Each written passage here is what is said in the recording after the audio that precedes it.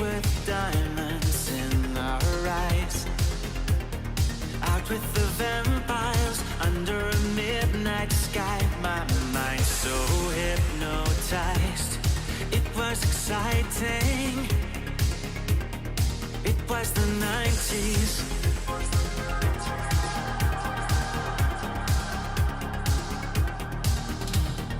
Mama didn't understand it, and Daddy always said that I was going too far. Said there's never any compromising if you try to win the battle to be who you are. I danced to the left, I danced to the right, hold hands with my demons and creatures of night, on an undercover mission to find somebody else like me. Is there anybody out there?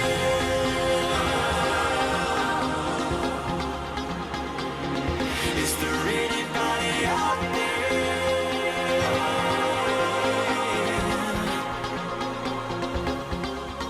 Someone who can hear me and drink from the light, to see things from the same side. Is there anybody out there?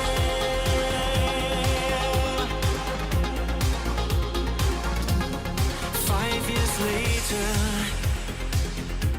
I'm not with the same old faces and dead end places. Things kept going wrong.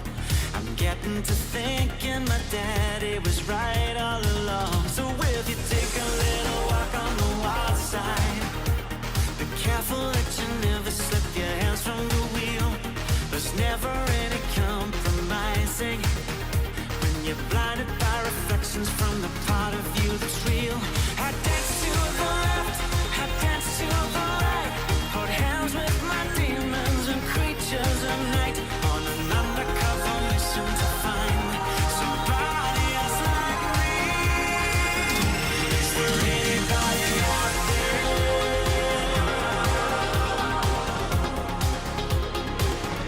Is there anybody out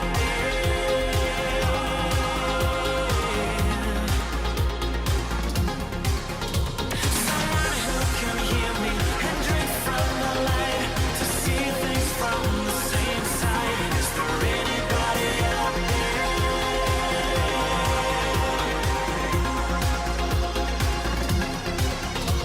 I dance to the left, I dance to the right, hold hands with my demons and creatures of night, on an undercover mission to find somebody else like me. Is there anybody out there?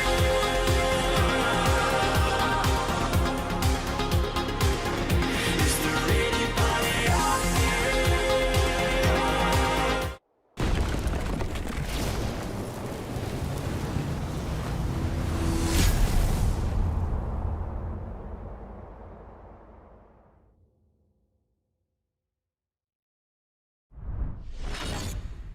What is going on, everybody? It is another Friday night. Look who is in the corner of the screen. Karen is joining us tonight. I think I figured out who was on the phone with Randy Orton.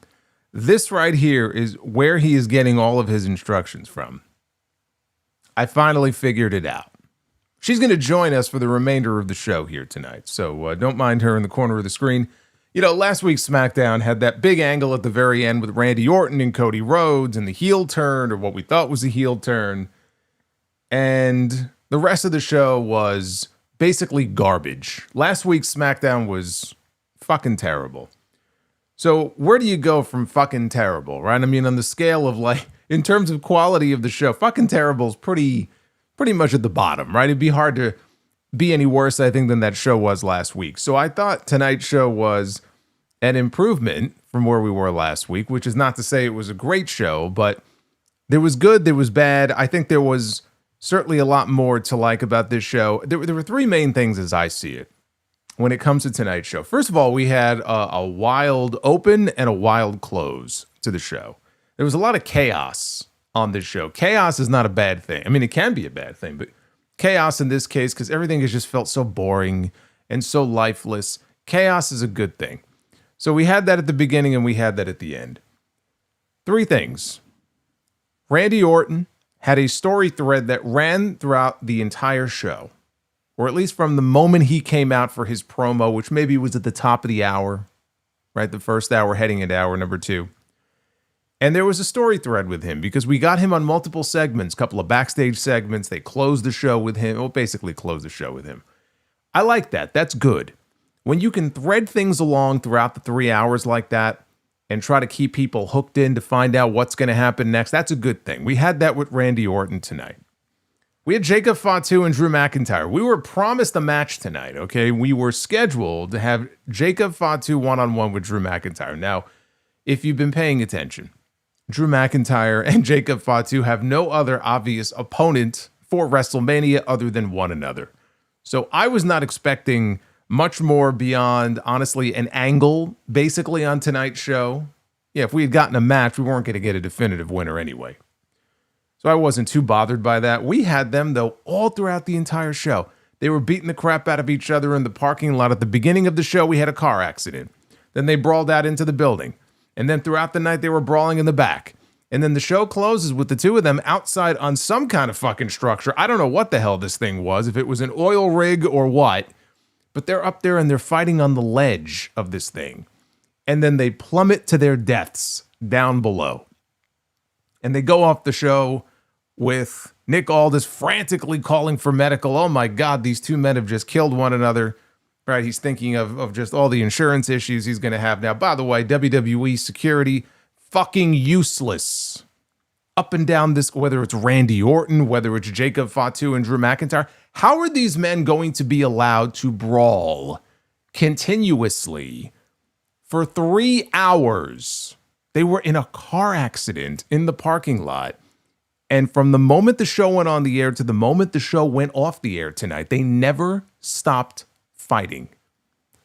I don't know what the purpose of security is on this show at all to begin with. They are completely inept. I think that Nick Aldis needs to pick up the phone and make a phone call to Atlas Security. In fact, Karen in the corner there is going to call Atlas Security and get them in for the show next week. That was my other big takeaway from the show. How useless these security geeks are here on this show. But I did like the constant chaos between the two of them. And the other thing also is this. I don't recall there being a single match on the show last week that was really worth going out of your way to see. Usually on these shows, you get at least that one really good like U.S. title open challenge match. You get something. I can't remember anything last week. This week we had Carmelo Hayes and Ilya Dragunov. It is impossible to send those two men out to the ring and have anything but an excellent match, which is what they had tonight. Because Ilya Dragunov has been, having self-doubts, and he's been in his own head. Oh, I don't know if I'm good enough. I have to find the Mad Dragon. Well, apparently he found the Mad Dragon, and he went out there and he fucking lost. He was unsuccessful tonight in regaining his championship, but they went out there, and that match was fucking awesome. And you know what? I'll even throw the match in there with Fraxiom and the Motor City Machine Guns. Not nearly as awesome as the Carmelo Hayes Ilya Dragunov match. But I thought that was a good tag team match tonight as well. So we had some good in-ring as well. The Randy Orton stuff. Look, there was no Cody Rhodes tonight. Right? It would have been stupid for him to be on the show anyway. It sounds like he's going to be back next week in Pittsburgh. Randy Orton came out tonight, and the objective, really there were two objectives here. Because on Raw Monday night, they established this phone call that Randy Orton had gotten. Or we presume. When they cut to him on Monday, he was already on the phone with somebody. So whether he called them, they called him, it doesn't matter. Randy Orton was in his garage, being filmed apparently on a potato on Monday night. And we don't know who he was on the phone with, but he was being very chummy with them, and everyone's been speculating all week long about who was on the other end of the phone, right? If it wasn't our friend Karen over here. Who was on the other end of the phone? So there were two things I was looking for coming into tonight's show. Number one, what is the explanation that Randy Orton is going to give for what he did to Cody Rhodes? We cannot have him come out and pull a John Cena and look out at the fans and go, you people, you people, you people, you made me do this, right? No. We can't have that. That's lazy bullshit. What is the explanation for why Randy did what he did? And then also, are we going to get an answer to the mystery caller? Are we going to find out who was on the phone with Randy Orton? Those are the two things I was looking for tonight. The good news is we did not get the "You People" promo. So that's good. The bad news is, just because I'm an impatient person, we did not get our answer to the phone call mystery. It's actually probably a good thing that they drag it out for another week or two or however long it's going to be. But we did not get an answer to the questions. So we will keep speculating. We will keep waiting and wondering. But no, we do not have any answers yet as to who was on the other end of the line. We had a women's tag team championship match tonight. The Bella Twins. This is the first time that the Bella Twins have even teamed up together in 8 years. And their first match is for the tag team titles. Don't ask me how they swung that or who they had to politic or lobby, but they got themselves a championship match. And I thought this match was fucking terrible. Everything about the match itself, the finish, and I wasn't expecting a title change, nor was I clamoring for one, but just the way it all played out, it was just, it was so predictable, but just, it was no good.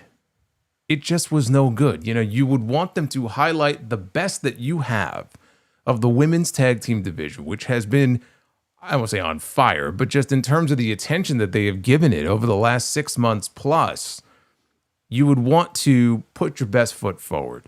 They did not do that tonight with the match that they gave us on this show. It is very clear, though, if it wasn't already, coming out of SmackDown, we are going to get multi-team madness at WrestleMania. The only question is, do we get 5 teams? Do we get 6 teams? I'm not sure exactly what the number is going to be. I'm not sure if they're going to make it a ladder match, an elimination style match. That we don't know. But it seems pretty clear that's the direction that we're going in here. And then we had Kit Wilson and Jelly Roll. Kit Wilson had called out Jelly Roll. We were told he was going to be calling him out this week. And so they shared the ring together. And they had not a sing-off. They didn't have a match or anything like that. They basically did like what do you say? A Def Jam poetry edition. I forgot how he phrased it. And so they're out there and they're trading barbs on the microphone, and I have to listen. And this is unfortunately an image that I'm going to have to live with for quite some time. I had to sit here and listen to Jelly Roll talk about how Kit Wilson's mother knows all about his little Willie because when he was fat, he took the belly fat that he had in his midsection and put it on her back. We have someone who watches these streams, and you'll see him, our good friend GMB, you know who I'm talking about, Give Me Back Shot Solomonster, who's here almost every stream. He's dropping super chats, and I see the name, and I put my head in my hands. I'm semi-repulsed by it. That's nothing compared to the image of Jelly Roll porking Kit Wilson's mom with his belly fat draped over her back. Excuse me. I'm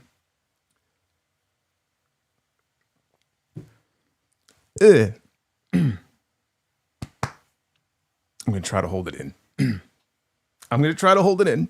going to do my best. I make no promises. I want you to think of all the people who were not yet slotted in at WrestleMania. All the people that we were wondering, well, are they going to have a place on the WrestleMania card? They don't have a match. The fuck is Gunther going to do at WrestleMania? But we got Jelly Roll. He was in multiple segments here on the show. He's coming back next week. And clearly they're pushing towards some sort of tag team match at WrestleMania. A lot of focus and television time being dedicated to Jelly Roll on these shows with a card that just seems very incomplete right now. The card is filling in nicely, but there are some glaring omissions to that WrestleMania card. But I got to watch Jelly Roll out there talking about porking Kit Wilson's mom.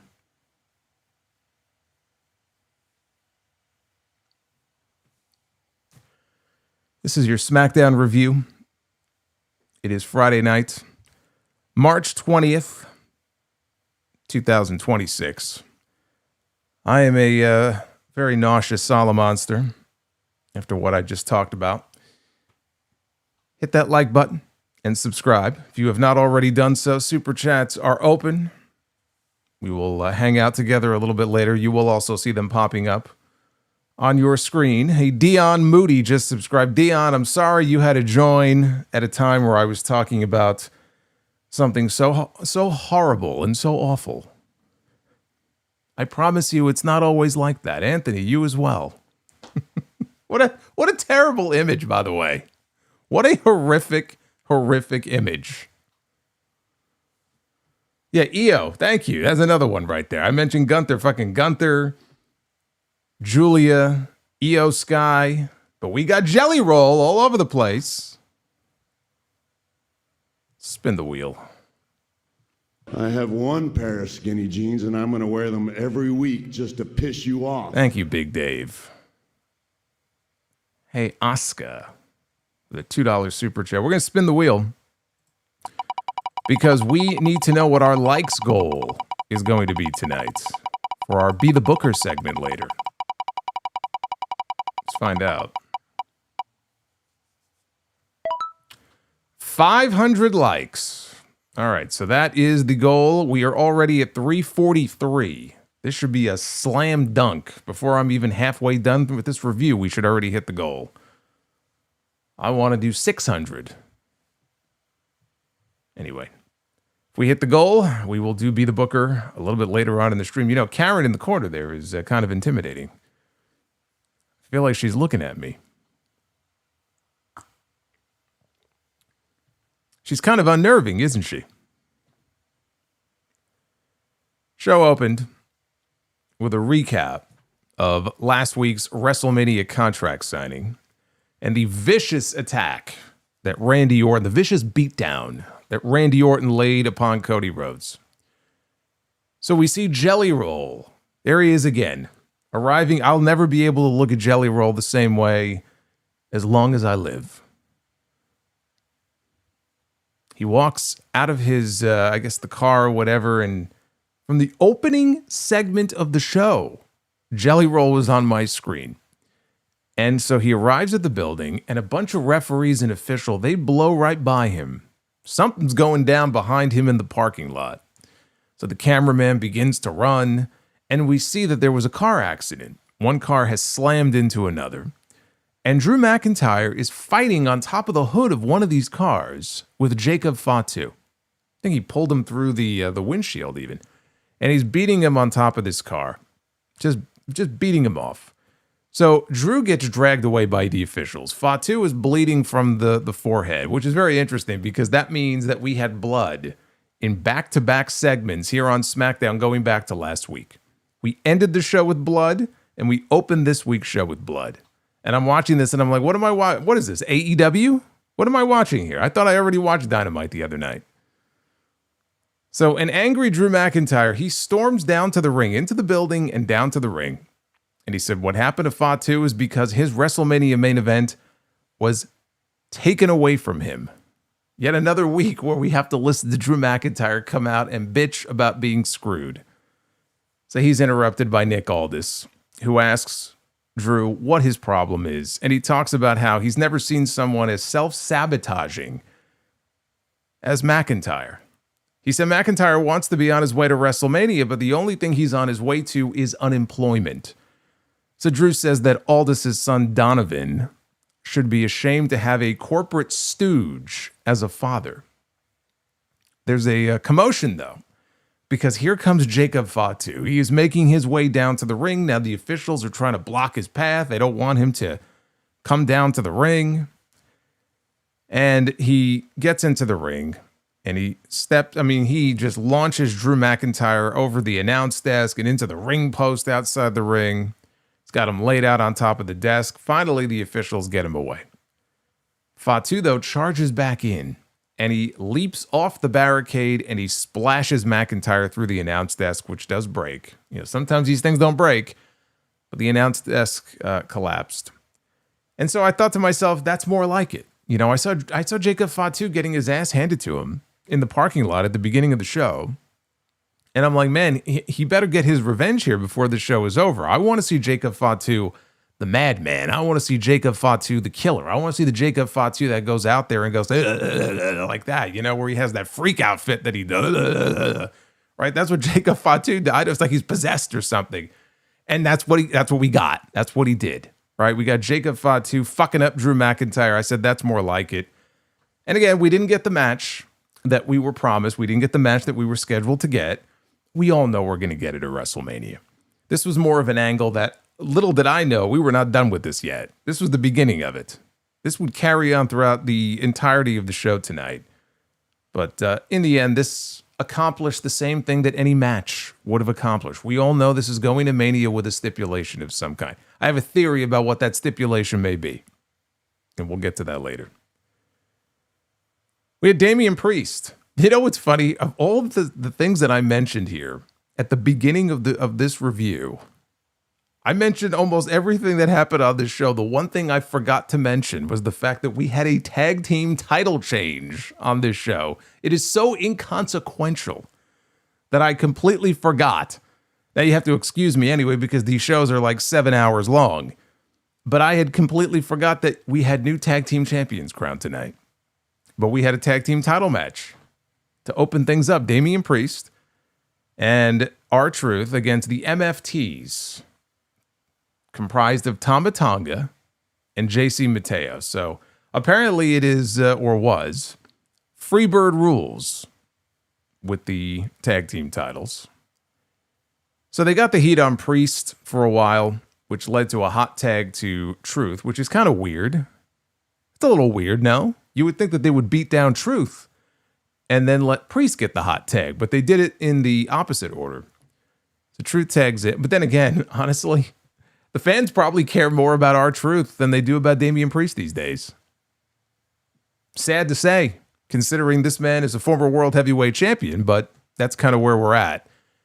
So anyway, Ron Cena gets into the ring because he was doing all of John Cena's moves. Couldn't hit the AA, though, to Tama Tonga, but Truth hit Tama with a stunner, I guess from one bald guy to another. Truth got the STF applied to JC Mateo. Solo Sikoa, he goes and distracts the referee, and that allows Tama to hit a chokeslam on the apron. Truth was able to kick out, though, on the pin attempt. Hey, James Ward. What's going on, brother? Right back at you. Say hello to Karen. So the Wyatt Six, they come out from the back in the middle of this match. All the members except Howdy, I didn't see Howdy there at first, they all come out and they brawl with the MFTs. Uncle Howdy shows up at ringside. He puts the mandible claw on Solo Sikoa until JC Mateo rolls outside. He sends Howdy into the barricade and then he hands the fucking lantern back to Solo Sikoa. Back inside, Priest lays out Tama with a clothesline and Truth drops JC Mateo with an AA and pins him to win the tag team titles. Is that true? Okay, so that would make sense. They were in R-Truth's home state. They were in North Carolina. They were in Raleigh, North Carolina tonight, so that makes sense. And they gave him the win, too. He got the win to win the tag team titles. So that was a nice surprise. Seeing the titles change hands here. I actually wasn't really thinking that there would be a title change coming into this show. I didn't really pay any mind to it. Like, oh, we're definitely going to get a title change. I was like, probably not. You know, the Wyatts will get involved. It'll get thrown away or some bullshit like that. So for me, anyway, it was a nice surprise because, and this is the most important thing, it gets the tag team titles away from the Wyatts and the MFTs nonsense. It gets the championships away because this feud doesn't even need it's not even about the tag team titles. It's about a fucking lantern. What do the titles need to be involved? The titles are secondary to this other inanimate object. So good. Get the titles away from these two teams, and then they can go ahead and they can, kill each other and end this. So I can't hate on that. The fans popped for Truth winning a title. It does make more sense, though, if that's true, that they were in his home state. So good for him. It gives him a cool little moment there. Priest had a look on his face when this was over. I think he even mouthed the words like, well, I don't believe it. Like he was, big smile on his face, but he was shocked that they had even won these titles. And I've always said Damian Priest works better, I think, when he has other people to play off of. You know, when he was part of the Judgment Day and his interactions backstage with them, playing off the other members, that's when Damian Priest was at his best. We have not seen that version of Damian Priest since he came to SmackDown. So him, you know, associating with R-Truth, and there's some comedy in there and interacting with him, honestly, I don't think that that's the worst thing in the world. Maybe that could help kind of bring out what I feel anyway has been missing in Damian Priest since he came over to SmackDown. Now, there was actually some news that ties into the MFTs that I would like to mention here very quickly. And shout out to Andrew Zarian of the Mat Men podcast, because he's the one who broke the news. And he tweeted earlier today that word going around at SmackDown is that Tama Tonga was fined by WWE for posting a video of rehearsals last week. Said that he was told it was a significant fine. WWE has an unwritten rule about not recording or posting during rehearsal. I had seen that photo. It was I didn't realize it was Tama Tonga who took it, but it was from someone in the aisleway. And this was before the show last week, and you just see all the wrestlers are just sitting around. Some of them are in the ring, some of them are in the aisleway, and they're just kind of shooting the shit. And, you know, it's kind of cool to see, but I can understand WWE not wanting these, you know, images to get out there. You know, it's one thing because I saw some people mention WWE Unreal. And yes, there is hypocrisy involved here, of course. But when they film WWE Unreal, right, it's very controlled what they want you to see. WWE does not like not having control. So there's a difference there. That's number one. Number two, the shit that you see on Unreal is filmed months in advance. So this is a little bit different because you have somebody who's there and they're snapping photos or they're shooting video, and then boom, you know, it hits social media. Now, the thing with Tama Tonga, and a lot of people may not know it, this is not the first time that he's been posting stuff like this. Like, he's been posting videos and photos and stuff on his IG or his TikTok, or maybe both, for a while now. I'm kind of surprised it took this long for us to hear that he was, you know, admonished by the company. I think it was within the last few weeks. He had posted a photo. It looked like it was backstage at catering, and Rey Fenix was in the photo, and he was completely unmasked. And I got to be honest with you, when I first saw the photo, I didn't even really recognize who it was. Like, I don't know what I imagined, because you could kind of see his face through the mask when you see him on TV. Whatever I imagined Rey Fenix looking like, it was not what I saw in that photo, but there he was. And it's like, okay, you know what? For all we know, I don't know if WWE may have said something to him before, warned him not to do it. He did it anyway. Like, we don't have all the details, but evidently it was a significant fine, and I'm sure he will not be doing it again after that. So anyway, that's your MFTs update. The Bella Twins, they were interviewed backstage by Kathy Kelly about their tag team championship match tonight. Charlotte Flair and Alexa Bliss show up, and they're eating ice cream. This is the new thing now, where we see this every week. One or both of them are usually eating ice cream here on this show. And Charlotte accuses them of being selfish for cutting the line, right? They're cutting the line. They deserve a shot at the titles, not the Bella Twins. Which, honestly, no lies detected. This is the first fucking match they had tonight in 8 years, and they're getting a tag team championship match. So Nikki Bella invites them to come sit ringside for their match, and they say that they'll show them how real legends get it done. And then Brie steals Alexa's spoon that she was eating the ice cream with. This is wonderful television. Isn't this riveting television? She stole her spoon.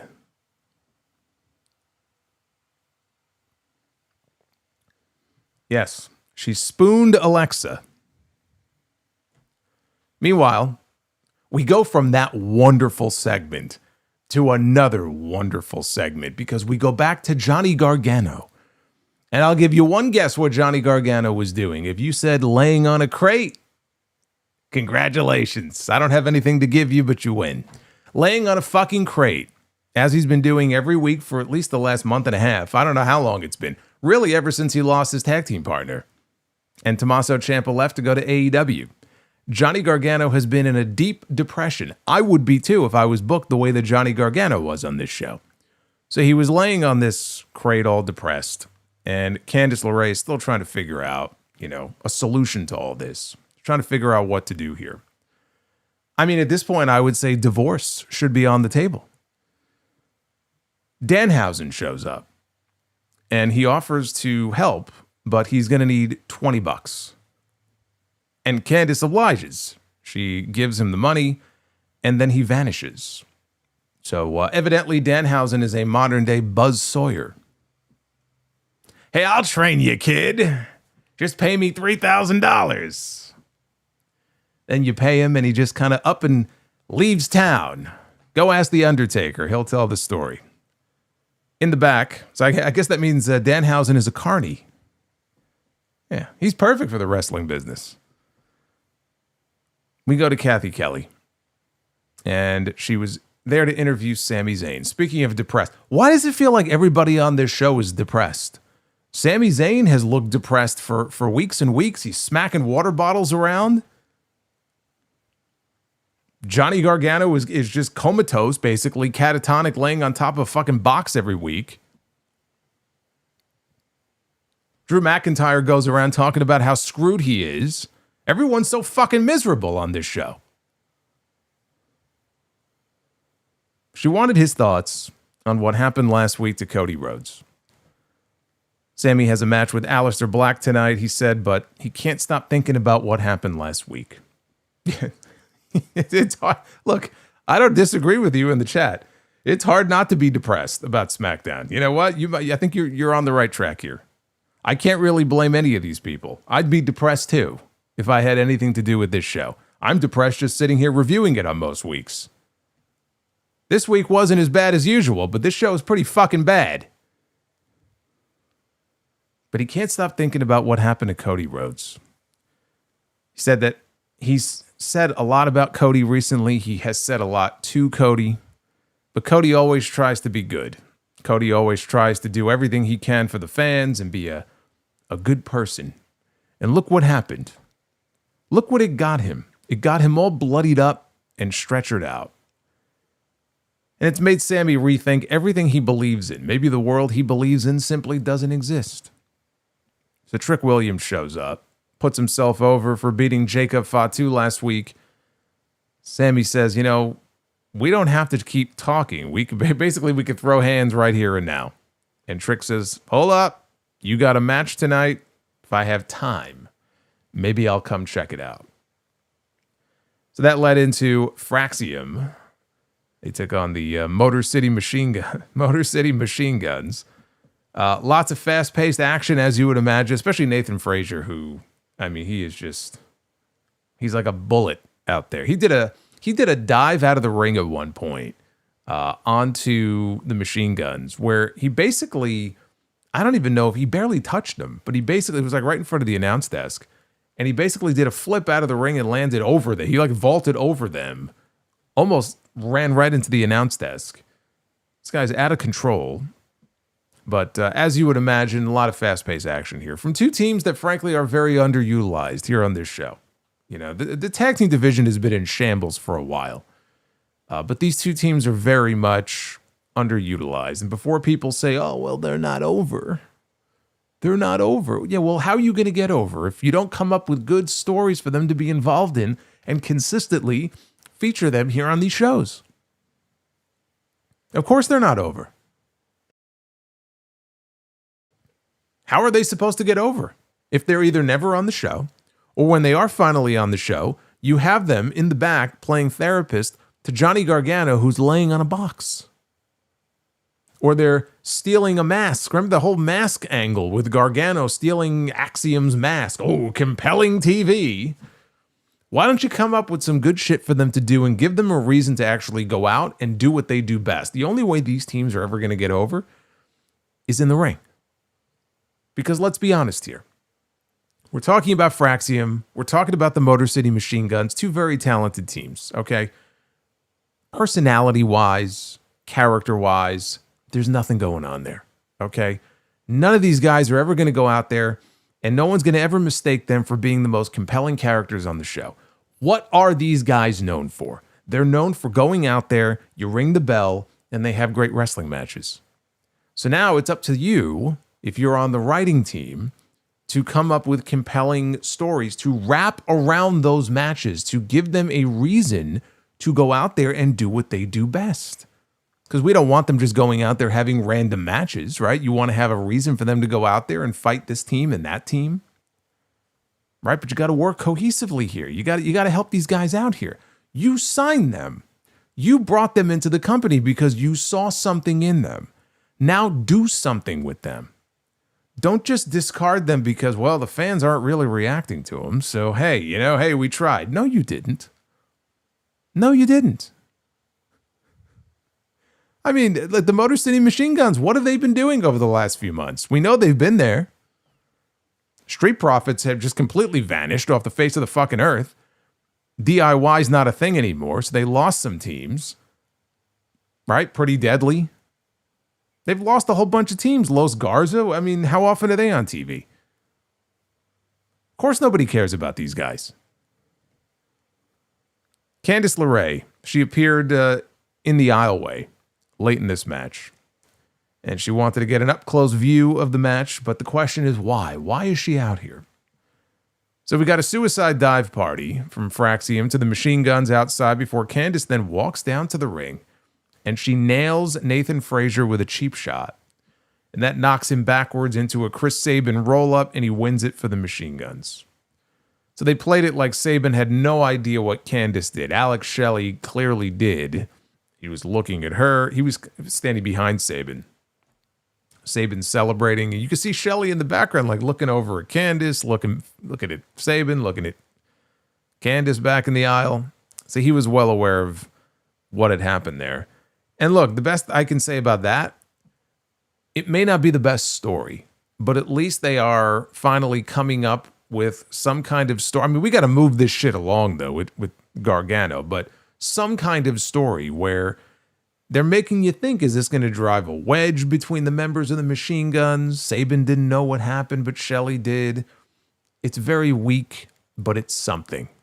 It's something. Something is better than nothing. Something at least you can work with, something you can build on, right? And hope that you could turn it into something.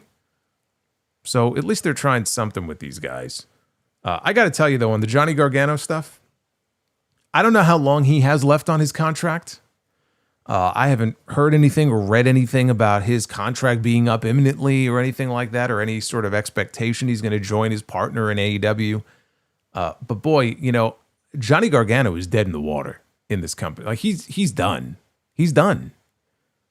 We talk about people that have a certain ceiling. Like he's already hit his ceiling in this company. It's very clear.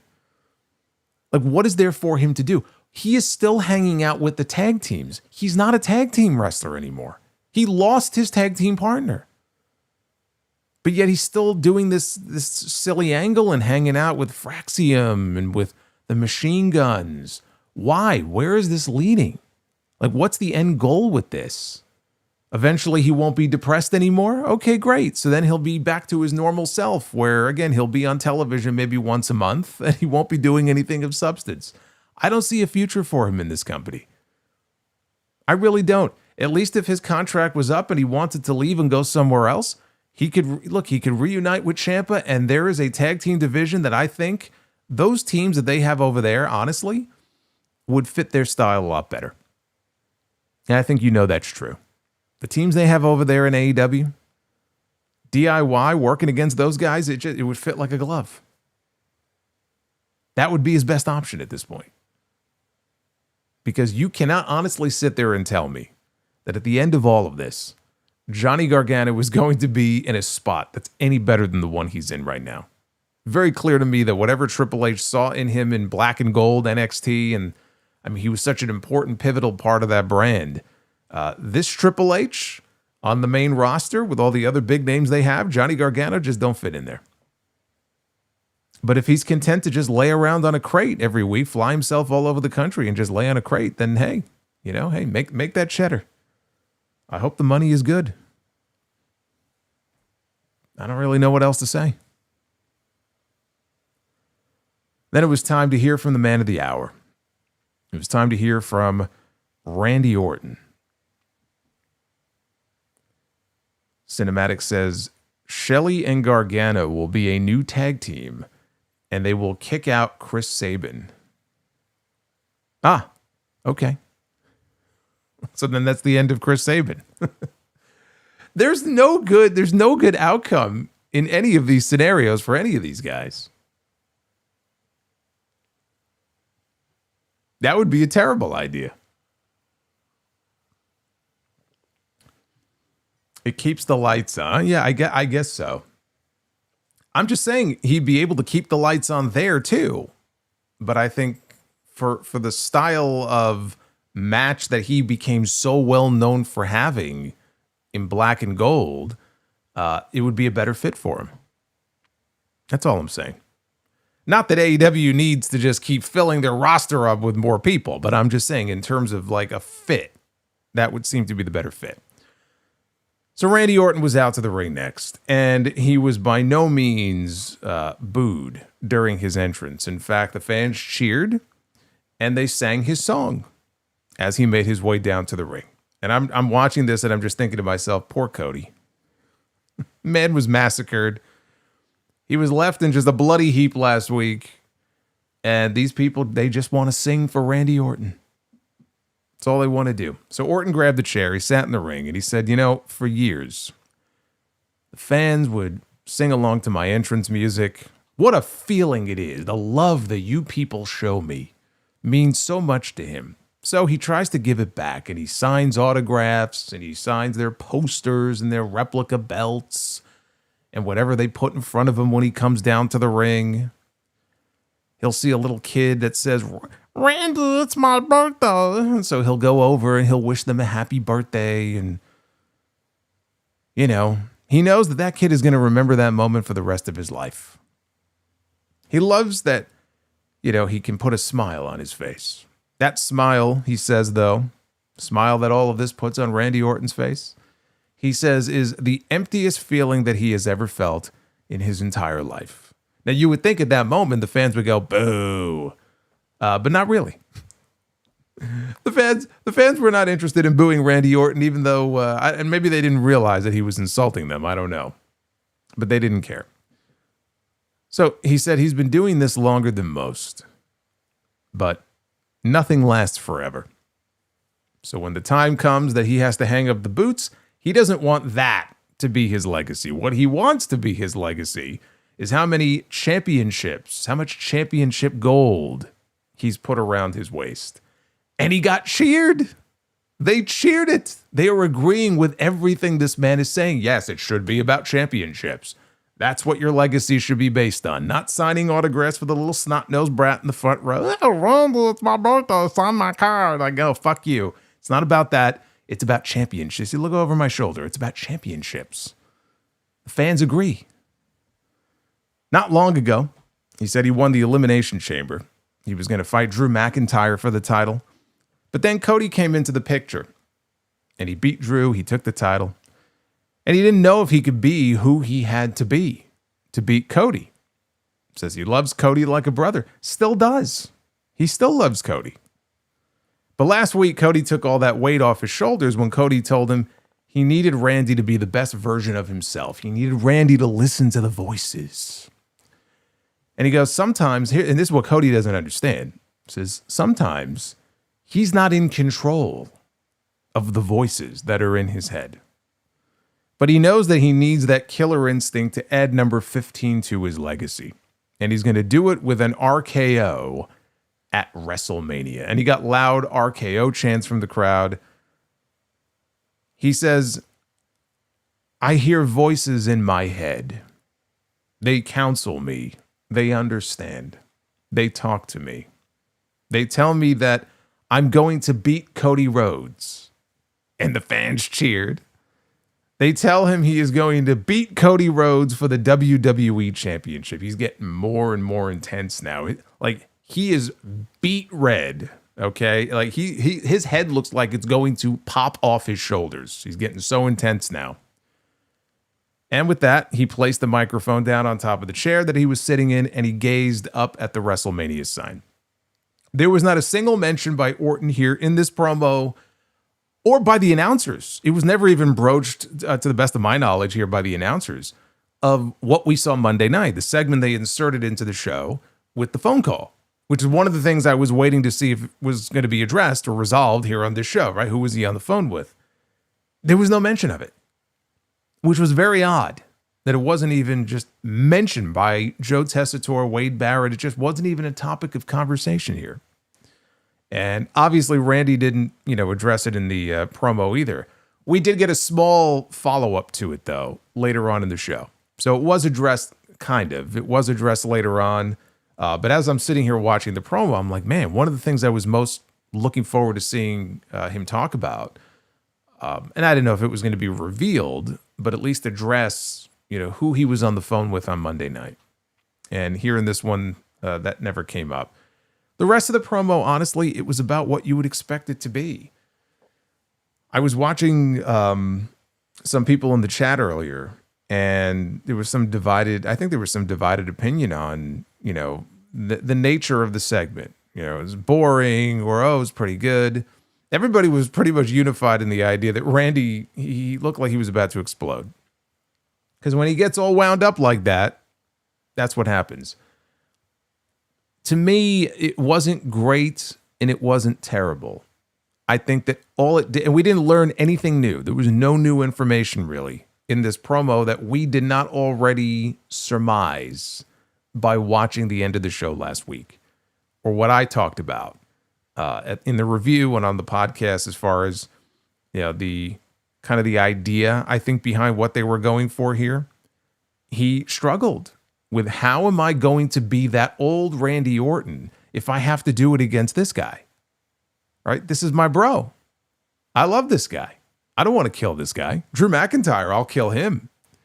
But I don't want to kill Cody. How am I going to do this? Remember? And then Cody cut him off before he could even finish.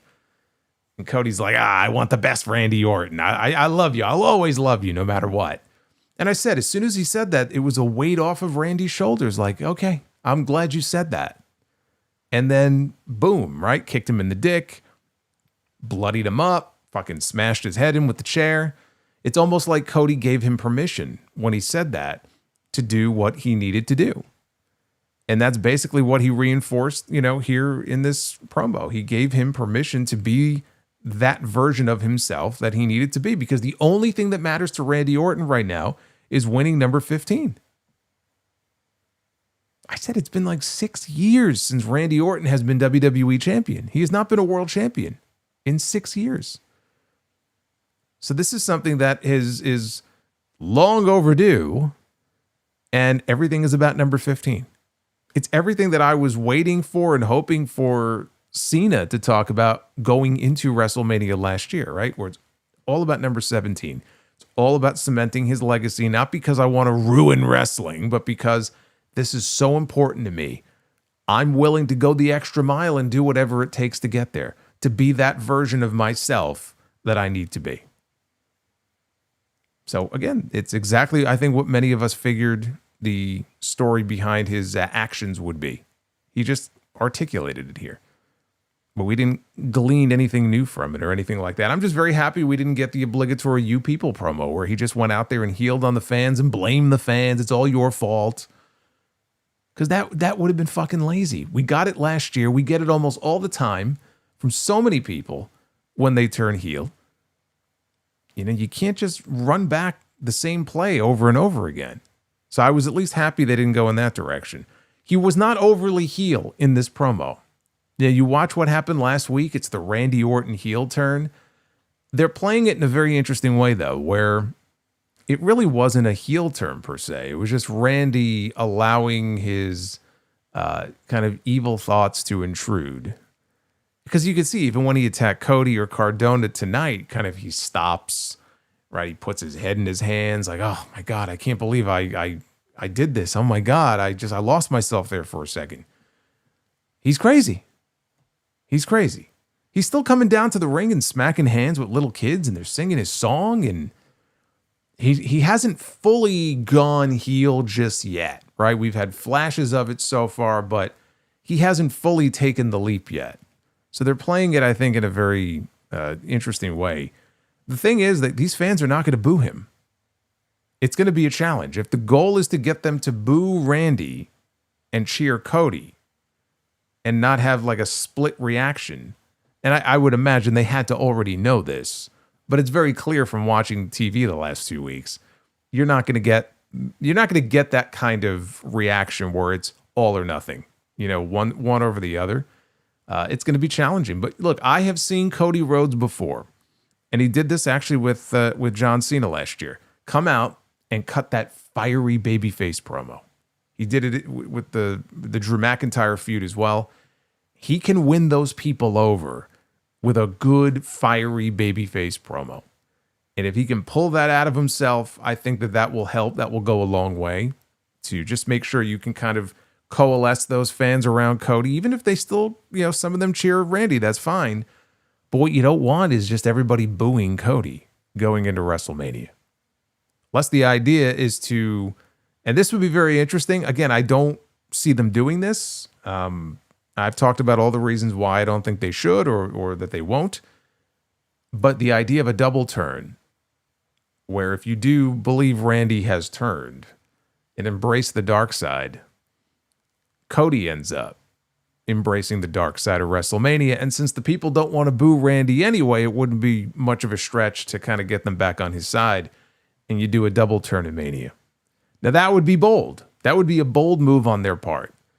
And in a perfect world where they had somebody already lined up, not Randy Orton, to slide into that top babyface position, I would say fucking go for it. What an incredible ending to that night of WrestleMania. But they don't have anybody else. They don't have anybody else who's ready to step up and be that guy. If you take that away from Cody, somebody has to be ready to step into that spot. So that's the only reason I think that it's not going to happen anytime soon, really. But that would be a bold move if they wanted to try to pull that off at WrestleMania. Now, backstage after the commercial break, Orton was walking backstage, and he came upon Matt Cardona, whose job apparently is him just standing around doing nothing in the back on most weeks. Some weeks he's back there talking to Apollo Crews. Other weeks he's just standing around. You know what it was like? These are real life cutscenes in the back from the WWE 2K video games. Now, I haven't played 2K26. I don't know if it's even worth it or if it's that radically different from 2K25. But I remember playing 2K, and I'm in the back. And you have options of who you can walk up to and talk to. They're just randomly standing there. They're not doing anything. And you're like, okay, my choice is The Miz or fucking Jey Uso. It's like, all right, fine. I'll talk to Jey Uso. It'll be a short conversation. And so you mosey on up, but Jey is just standing there. So you walk up to Jey and you say hi, and he goes, yeet. And that's the end of the conversation.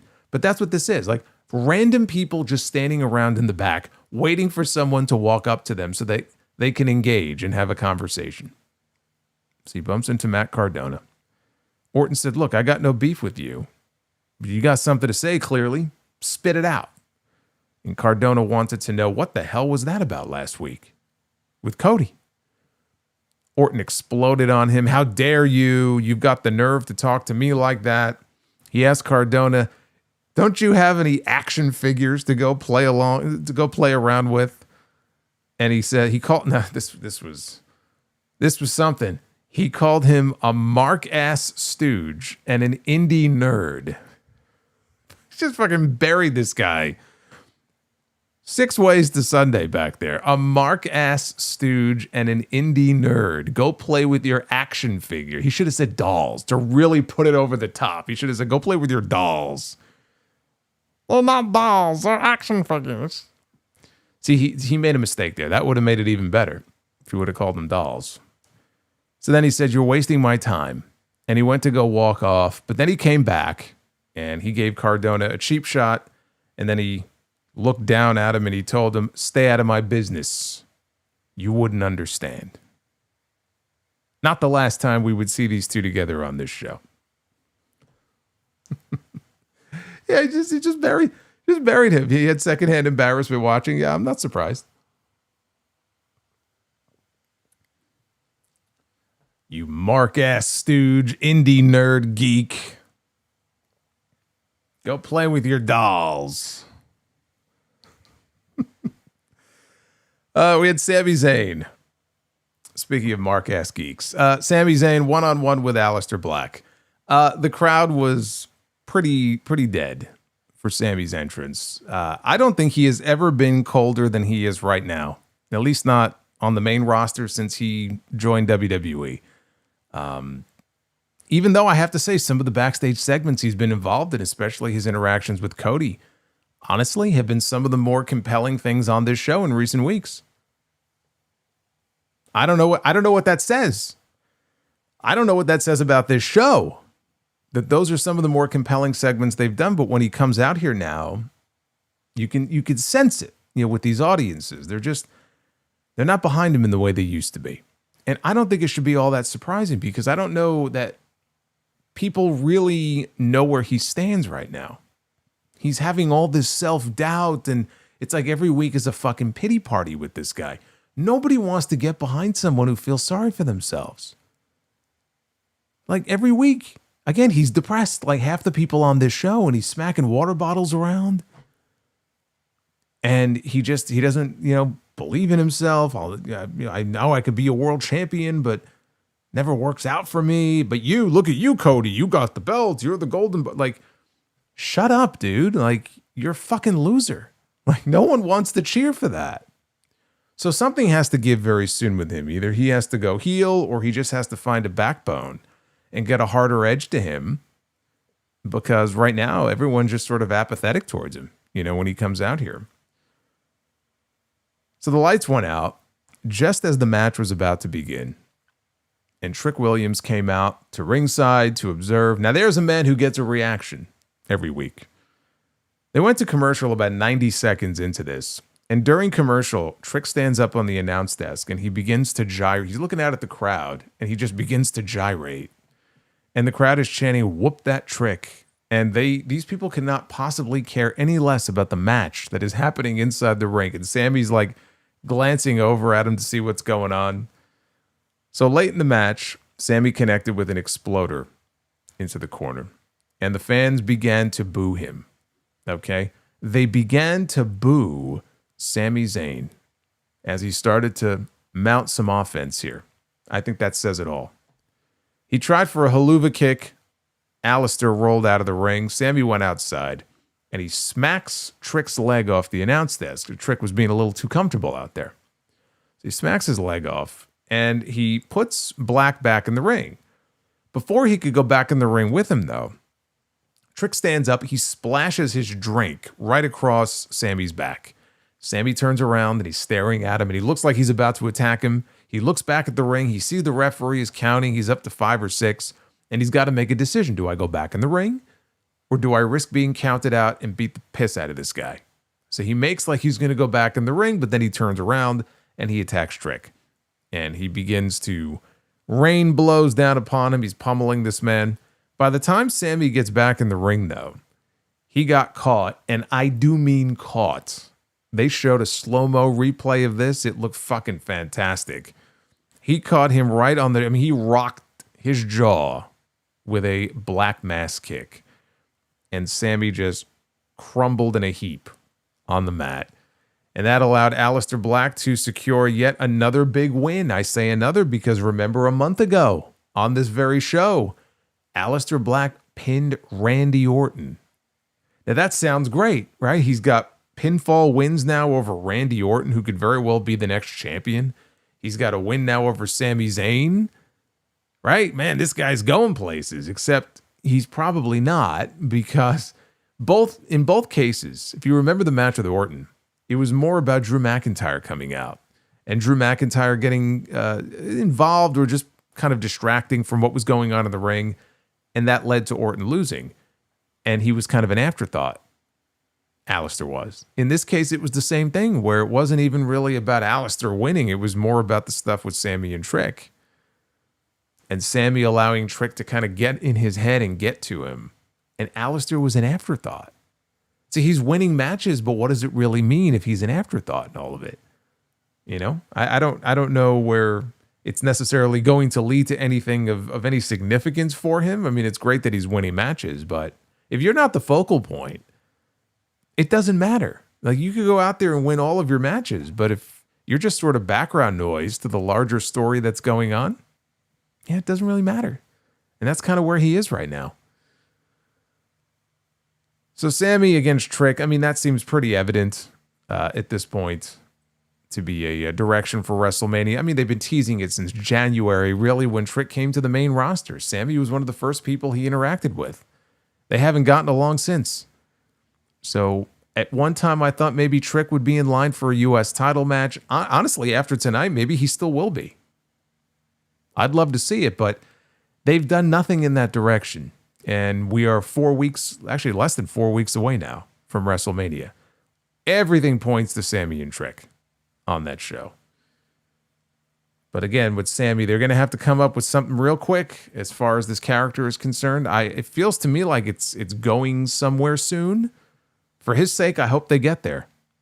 And I hope whatever they got planned is really good, because he's dying on the vine out there. Fans just aren't reacting to him in the way they used to. It's sad, you know.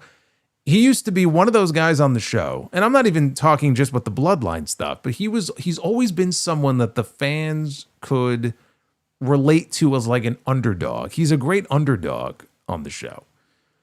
You can only play that card for so long, though, you know, and he's been there for so long.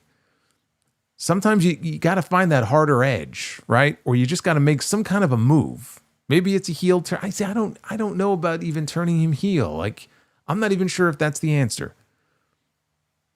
But you got to do something different. Now, in the back, Matt Cardona was very upset about his interaction earlier with Randy Orton. He went to Nick Aldis, and he demanded a match tonight, and he was told no. I don't even think Aldis really had a great answer for him. He was basically just shut him down, and Cardona walked off.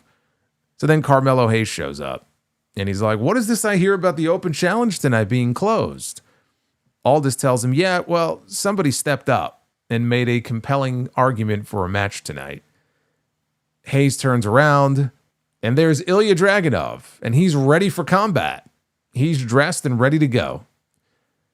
And he says he might always be fighting himself, because he's been talking about how every week with him, like, it's a struggle in my own head. And, you know, I'm at a 10 or I'm at like a 2. And I can't really find that perfect, like, you know, level that I need to be at here. It's all this nonsense. Like, all of a sudden he's doubting himself. All these people having self-doubts on this show. What is going on here on this show? On Raw, you've got Brock Lesnar and Oba Femi, you know, going after each other. You got Seth Rollins and the Putty Patrol running around. You've got the Judgment Day. There's always drama with the Judgment Day. I don't see people moping around all depressed, though, and getting in their fucking heads on Raw. There's something about this show. I don't know what it is. There's something. You would think on Fridays people would be happy. It's Friday, right? TGIF. It's the end of the week. Monday was always the depressing day. I don't see any of this shit on Monday, though. It's only on Friday. I don't understand. Off is a direction you can fuck. Hey, Luis, look at this. $22 super chat. That's right. You tell them where they can go. I think we need some mental health counselors backstage at SmackDown each week. Get some couch time. I think that would be a big benefit. So the WWE Women's Champion. Oh boy. From depression, we go to Jade Cargill, who came out with the world's largest neck pillow. I don't know what was going on with that. As soon as she gets in the ring, she said that she knows Rhea is in the back, and she demands that Rhea Ripley come out to the ring.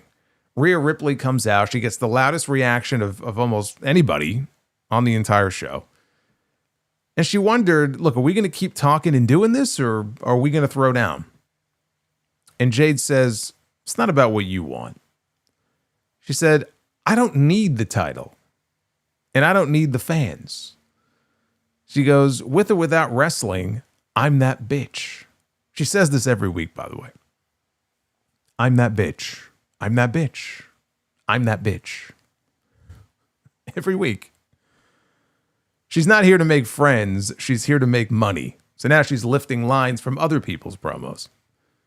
Rhea said that Jade's already been pretty successful on the no friends part. She said that she didn't need the title. The title needed her. Basically, Rhea was here to rescue the title from Jade. And then she said to Jade, welcome to the big leagues, bitch. Ripley told Jade that I'll even give you the first shot. And she's begging her. She's begging her. Fire the first shot here. Hit me. And Jade said, nah, on my time. And she goes to leave the ring. Now, as Jade is leaving, we see Michin with her trusty kendo stick and B-Fab, a very intimidating duo. And they're in the aisleway and they're blocking Jade's path. So she can't go. Jade realizes she's stuck. She turns around. She sees Rhea in the ring. And all of a sudden, this look of concern on Jade's face turns to a smile. And Michin and B-Fab, they stand beside her. It's a swerve. Now, remember I mentioned last week in one of the backstage segments, in the background, you could see Jade having a conversation with B-Fab. And then they ended up walking off together. And I said, I wonder if we're going to get, I don't know if she's going to call them baddies, but basically her own version of the baddies that she had in AEW. She had Layla Gray. I always forget the name of the other, Kiara Hogan, I think was the other one. Why not have her, have something similar here in WWE? And now she does. She's got Michin and she's got B-Fab. So now they surround the ring. Rhea is outnumbered here. And they all climb into the ring, and Rhea's trying to fight them off, but Michin hits her with a kendo stick right across the ribs. So they all are holding Rhea for Jade to deliver a kick. With her high heels, by the way. She kicks Rhea. And then she drops her with Jaded. And they all pose together, and so now Jade has a crew of her own. Venom says PMS, but without Sean. Yes, Sean Stasiak. Now you got to get it right. It's meat. Well, I'll tell you what. If Sean Stasiak was part of this group, you'd have Michin and you'd have Meat Chin. There you go. I don't know what he's up to these days, but I'm sure he'd love to be a part of this crew. As far as the promo goes, Jay's not very good at them. And I feel like for the last 3 weeks, we have just heard some variation of the same shit from these two over and over again. So this promo was not good. Again, I don't know what Jade was wearing around her neck. It was bizarre. But, I will say one nice thing about this, though. I actually think taking the tack of her saying, I don't need wrestling. Like, she's the champion, and she's out there saying, I don't need the belt. I don't need the belt. I don't need wrestling. I'm going to be a star with or without wrestling, right? They're basically just kind of playing off of what I think a lot of people feel about her. They're playing off people's perceptions of her. And I don't know that that's a bad thing. Why not lean into that? It might get her more heat that way. So, I'm fine with them taking that approach. And as far as her having Michin and B-Fab with her, Michin and B-Fab weren't doing anything else on the show. Of course, they've been feuding for months. These women have been feuding for months. So you look at it and go, what has changed? It's preposterous that all of a sudden they would be willing to be lackeys for this woman. But it's the old expression, if you can't beat them, join them. How many people that were beaten up by the NWO back in the day ultimately joined the NWO? Now, why would they do that, right? They would do it because they're tired of getting their asses kicked. And they see no other recourse here other than to simply join up with the NWO. In this case, Michin and B-Fab, they weren't beating Jade for that championship. No matter how many times they got in the ring together, it wasn't going to work out for them. So maybe they just said, you know what? We might just be better off hanging out with the champion. I agree. It's preposterous. I look forward to there being a rational explanation for this. If they go on TV next week and explore social media or whatever, and they explain why they decided to link up with Jade right now, and help protect that title, great. I'd love to hear it. But I mean, we can't pretend we haven't seen this thing in wrestling before. We've seen it all the time over the years. Sometimes it makes sense, sometimes it doesn't. I don't mind them being paired off with Jade, though. But, and here's the other reason why. Because it means they're no longer feuding.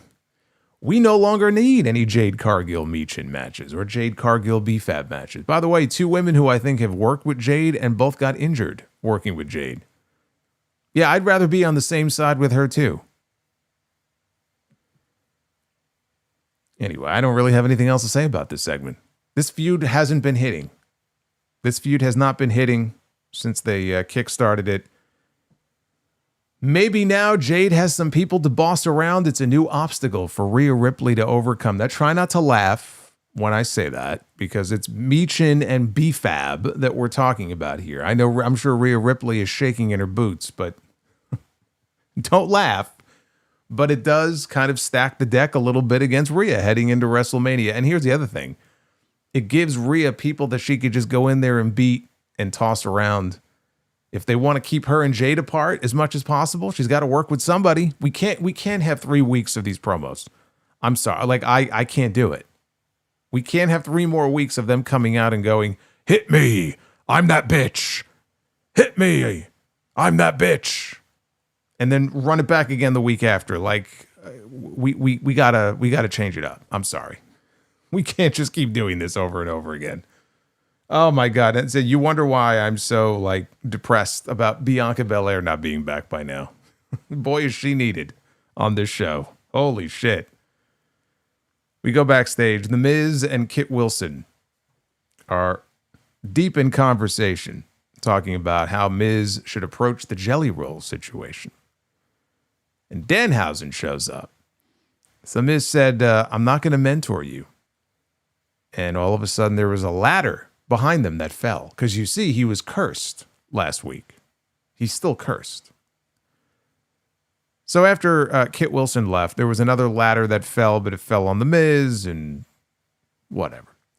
So elsewhere in the back, Solo Sikoa is with the MFTs. And he is pissed. He's pissed at them for losing the tag team titles.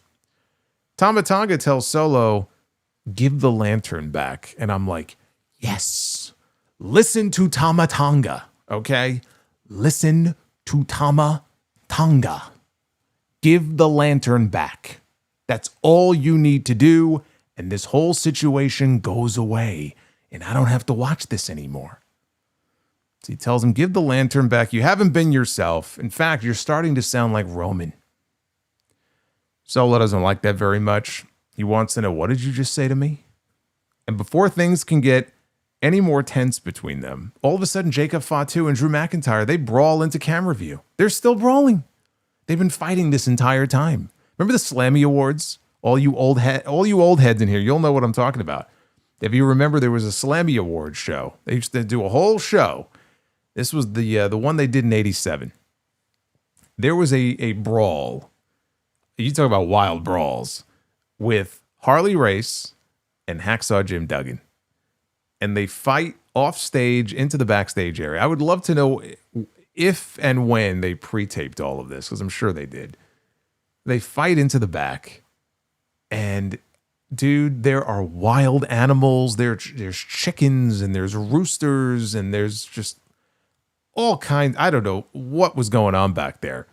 And the fight continues on, and they're fighting all throughout the building, throughout the entire show, into the makeup room. Bobby Heenan's running around, and the bit ends with them kind of falling through or blasting through like the wall, and they end up back on stage. But it was like almost like a show-long brawl. That was basically Drew McIntyre and Jacob Fatu tonight, but not nearly as entertaining as that was. But I'm telling you, look it up. Slammy Awards, '87. You'll see what I'm talking about. Yes, Heenan got dragged into a pig pen. Actually, there were some animals, I think, that were harmed in the filming of that. I'm pretty sure they killed a whole bunch of chickens. But in any event, they had to be separated again by officials. And the MFTs, they just vanished, too, because when they kind of fought back over to the area where they were all standing, they were just gone. The MFTs were just gone. Then we had Carmelo Hayes, one-on-one with Ilya Dragunov. for the United States Championship. We didn't even have to wait until WrestleMania for it. There was a spot here where Dragunov went for a coast to coast, and he comes flying in, and Hayes catches him with the first 48. And he kind of bounces up, and he's all groggy, but then he quickly collects himself, and he falls on top of him and smashes him with an H-bomb. And he's got him covered. And Carmelo Hayes gets his foot on the bottom rope at the last possible second and saves his championship. And then they went to commercial. So these two were cooking here at this point in the match. The fans were chanting, "This is awesome." The people were into it. Hayes attempted a DDT on the apron. Dragunov lifted him into a Death Valley driver instead. Dragunov attempted a superplex later, but Hayes turned it into basically like a spinning cutter on the way down for the closest of near falls. Dragunov had Hayes in his sights for Torpedo Moscow, but the champion caught him coming in with the first 48. Only got a near fall out of it. So Hayes misses a dive from the top rope. Dragunov blasts him with Torpedo Moscow. Dragunov hoists him up for a powerbomb, and Hayes turns that into a sunset flip bomb and pins him to retain the title. This was the usual excellent outing here from these two. Best thing on the entire show, certainly in terms of the in-ring. It is impossible for these two men to go out there and have anything other than a bad match. And they've had enough matches by now where, you know, they got their rhythm down. These guys know how to work one another. And so this was just excellent stuff. And another great outing for Carmelo Hayes, who I think has had a really great run for himself as the champion, where at least he's wrestling almost weekly, if not weekly, putting his title on the line, and he's going out there and having banger matches, and look what's happened. He has slowly but surely over time gotten himself over based on his work. So I think, you know, whatever their intent was when they put the championship on him, I would call it a pretty big success so far in terms of the run that he's had. But I was expecting this to possibly take place at WrestleMania. Everything seemed to be geared towards that. It's like, okay, if Melo was going to put his belt on the line on that show, who's it against? Dragunov. Because they've been delaying it. Like every time he thinks Dragunov is going to come out to accept the open challenge, he goes in the back. He's like, "What are you doing? You're not dressed." And Dragunov had every excuse under the sun. "I don't deserve it. I'm not ready for it. I'm in my own head, blah, blah, blah." So I'm like, okay, they're going to try to extend this out to Mania. I don't know. This felt to me like for now, they're going to get away from this. He beat him fair and square. I mean, there was no ambiguity about it. You know, he pinned him 1, 2, 3, fair and square in the middle of the ring. I don't know. It just felt to me like now they're going to move on to something else. But if that's the case, then, you know, what does Melo do at WrestleMania? You know, if not Trick Williams, because Trick is probably going to be working Sammy. Then what does Melo do at Mania? And then you have Dragunov. Now, if Dragunov is not wrestling for the U.S. title, then he's not on the WrestleMania card. He'll be in the Andre Battle Royal the night before. Unless the idea that I floated this on social media the other day. It got a pretty good reception. And having seen what they did tonight, if they truly have gotten this match out of the way and they're done with this, you know what?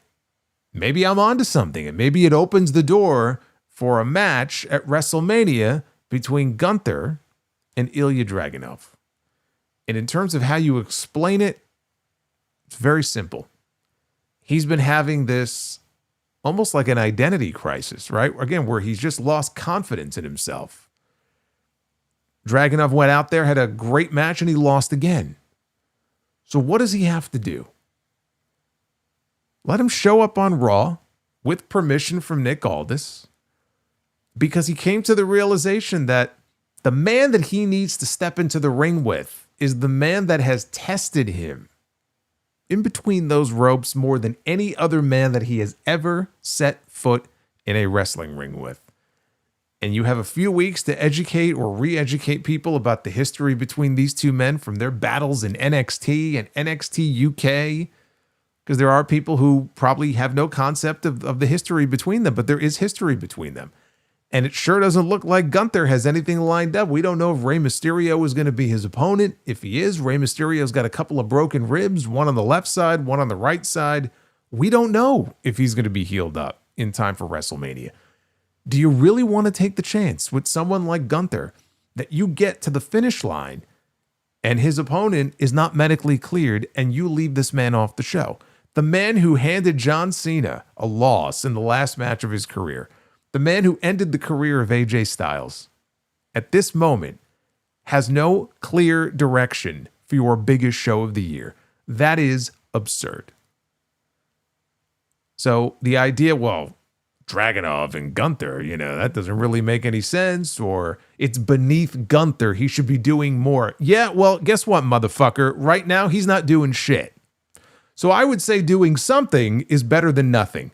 And if you're just going to have him do something on the show, I would love for him to be able to go out there and have a great fucking match, if nothing else. I'm just saying, it's not a bad idea. Especially because Dragunov now may not have a direction either. So why not? I just throw that out there. We go to the back. Priest and Truth are talking to Jelly Roll. Jelly congratulates them on their win.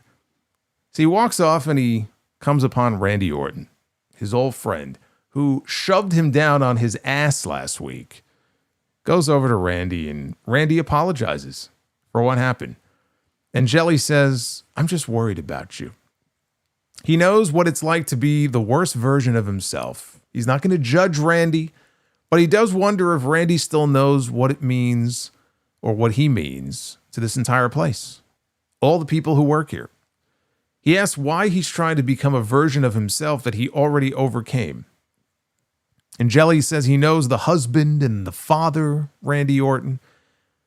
He's got a beautiful soul. He doesn't know the guy who did what he did last week. He still loves Randy. Randy says he knows he was out of line earlier with Matt Cardona, and he doesn't know what to do. What should I do? And Jelly tells him, go find Cardona and do the right thing. Do the right thing, he says.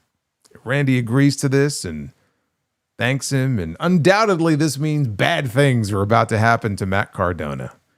But I will say, not for nothing, Jelly Roll, I thought, cut a hell of a promo there. I thought it was a great little motivational speech. That was a lot of dialogue for him to remember. I mean, he was going on and on and on with this promo. And there were a couple moments there where it looked like Randy was about to cut in, and Jelly just kept going. He was into it. So, hey, he's a better promo than most. It's a better promo than Jade. And she's a champion on this show. Kit Wilson was out to the ring next to call out the aforementioned Jelly Roll. I told you he had multiple segments. If I had to count all of the segments that Jelly Roll had, every backstage segment and the stuff in the ring with Kit Wilson, he opened the show. He had the segment with Randy. He had this segment here. And then he had a segment later in the back with Nick. So at least four. At least four segments on this show. Kit Wilson gets into the ring. And he said the Jelly Roll crossed the line last week by starting the fight. He's here to finish it. So where he comes from, they settle it like men. So he proceeded to call Jelly out. And Jelly Roll comes out, and he is power walking his way to the ring. This is the fastest I've ever seen Jelly Roll move in my entire life. And he power walks down to the ring, and he gets in, and Kit Wilson, of course, rolls outside as Jelly Roll gets in. Jelly says that Wilson called him out for a fight, and he was ready for it. So he called for a referee, and he got the crowd pumped up and everything. All these fans in, Raleigh, they want to see a fight. So he calls for a referee. Wilson said that, I don't fight with my fists. I fight with my words. I don't fight with my fists. You're in the wrong business, buddy. But he's got his poetry book with him. Says there's not going to be a rap battle, though. Instead, first time we're going to do some slam poetry. So he says, Jelly has no class. I'm not gonna fucking rap it for you, but I'm gonna try to read this for you. Said Jelly has no class, just ugly face tats and a criminal past. Well done on losing the weight and looking thin. Now you look like a melted blob of skin. You're fat phobic and toxic, maybe even a jerk, but you're proof that Ozempic really does work.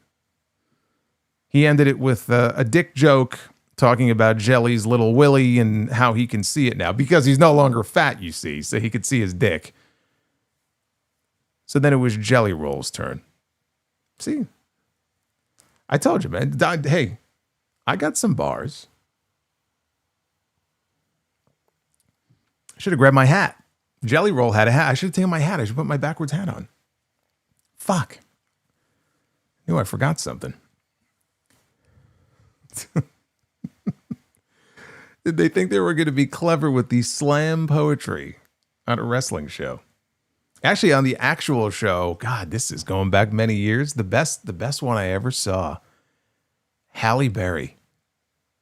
I don't know how many years ago this was. She fucking killed it on that. She was great.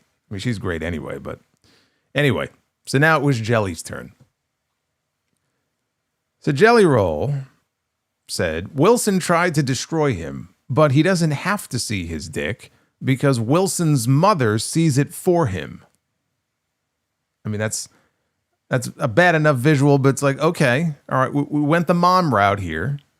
It's actually worse than what CM Punk said to Roman when he mentioned burying him next to his dead father. So now we have Jelly Roll talking about porking Kit Wilson's mom.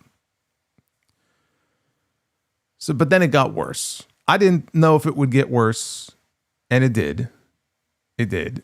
He said, you talk about Ozempic. That's original, saying he's fat.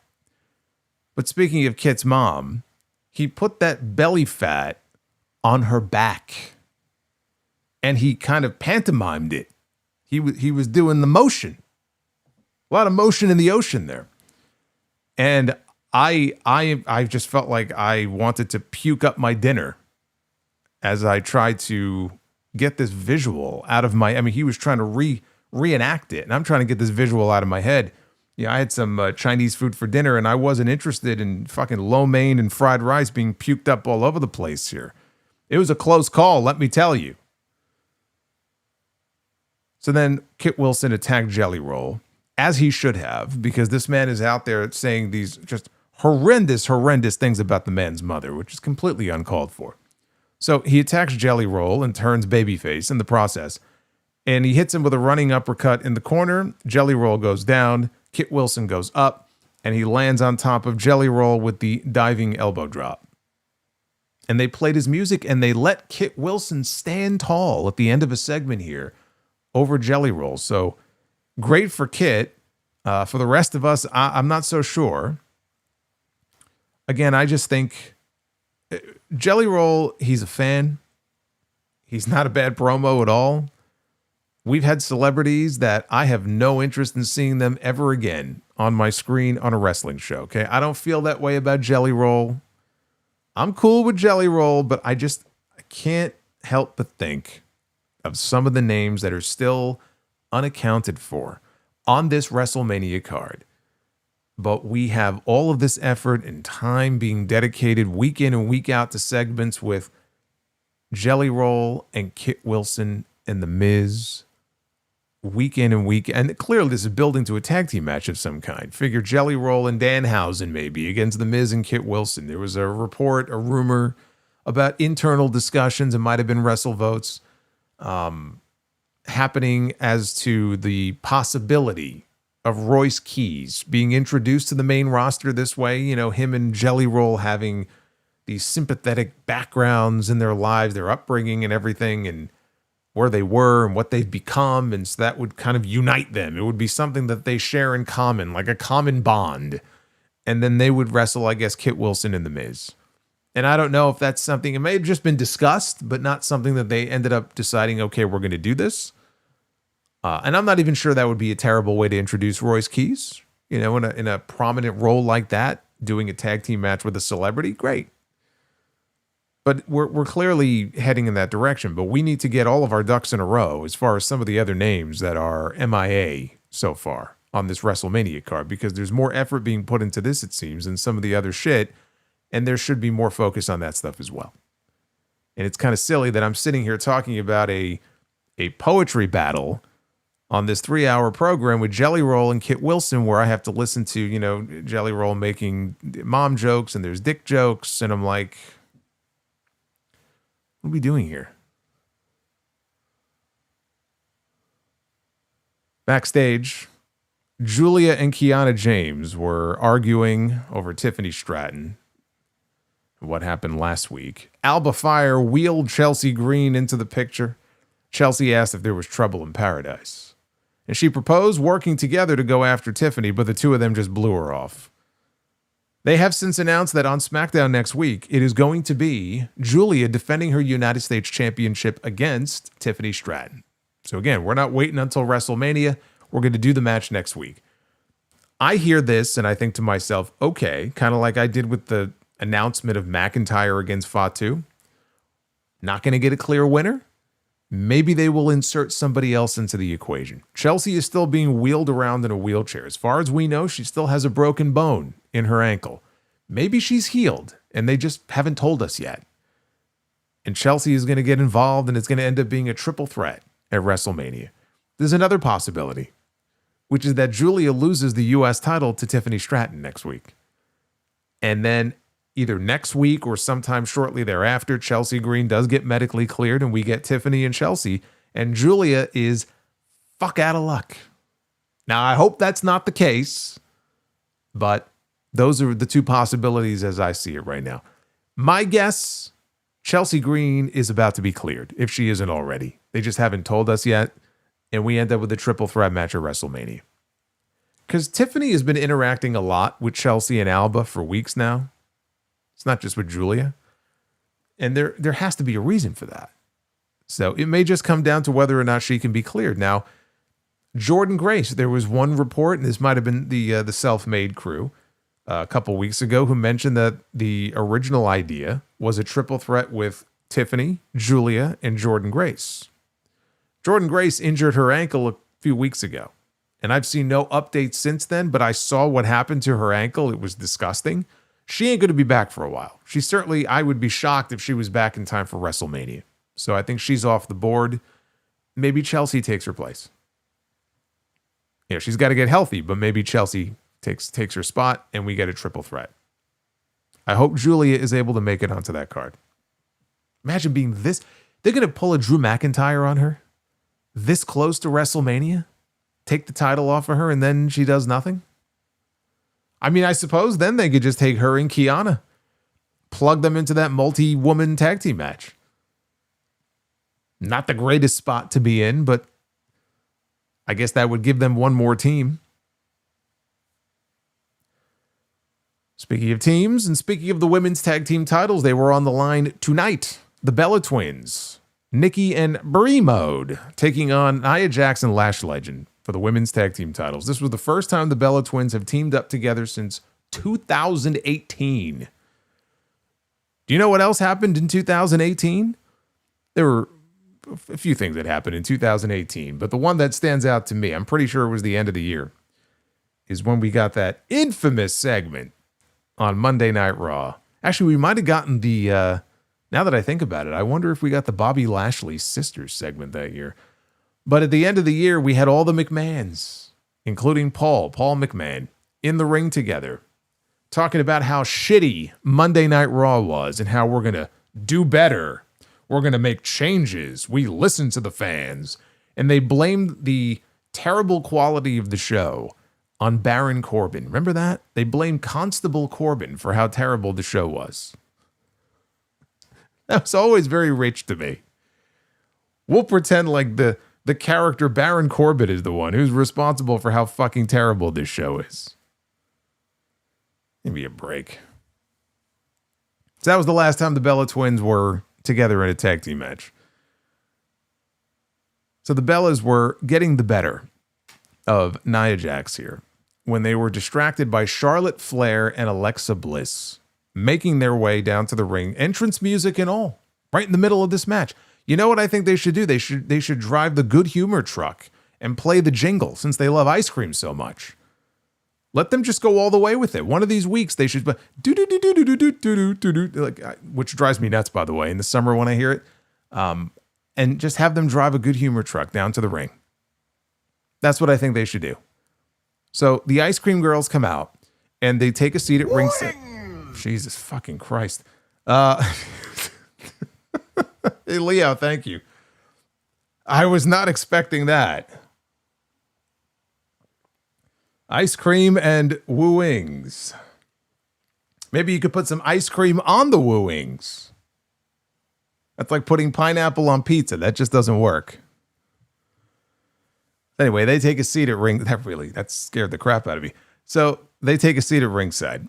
Now, late in the match, Brie and Nia, they fought their way to ringside.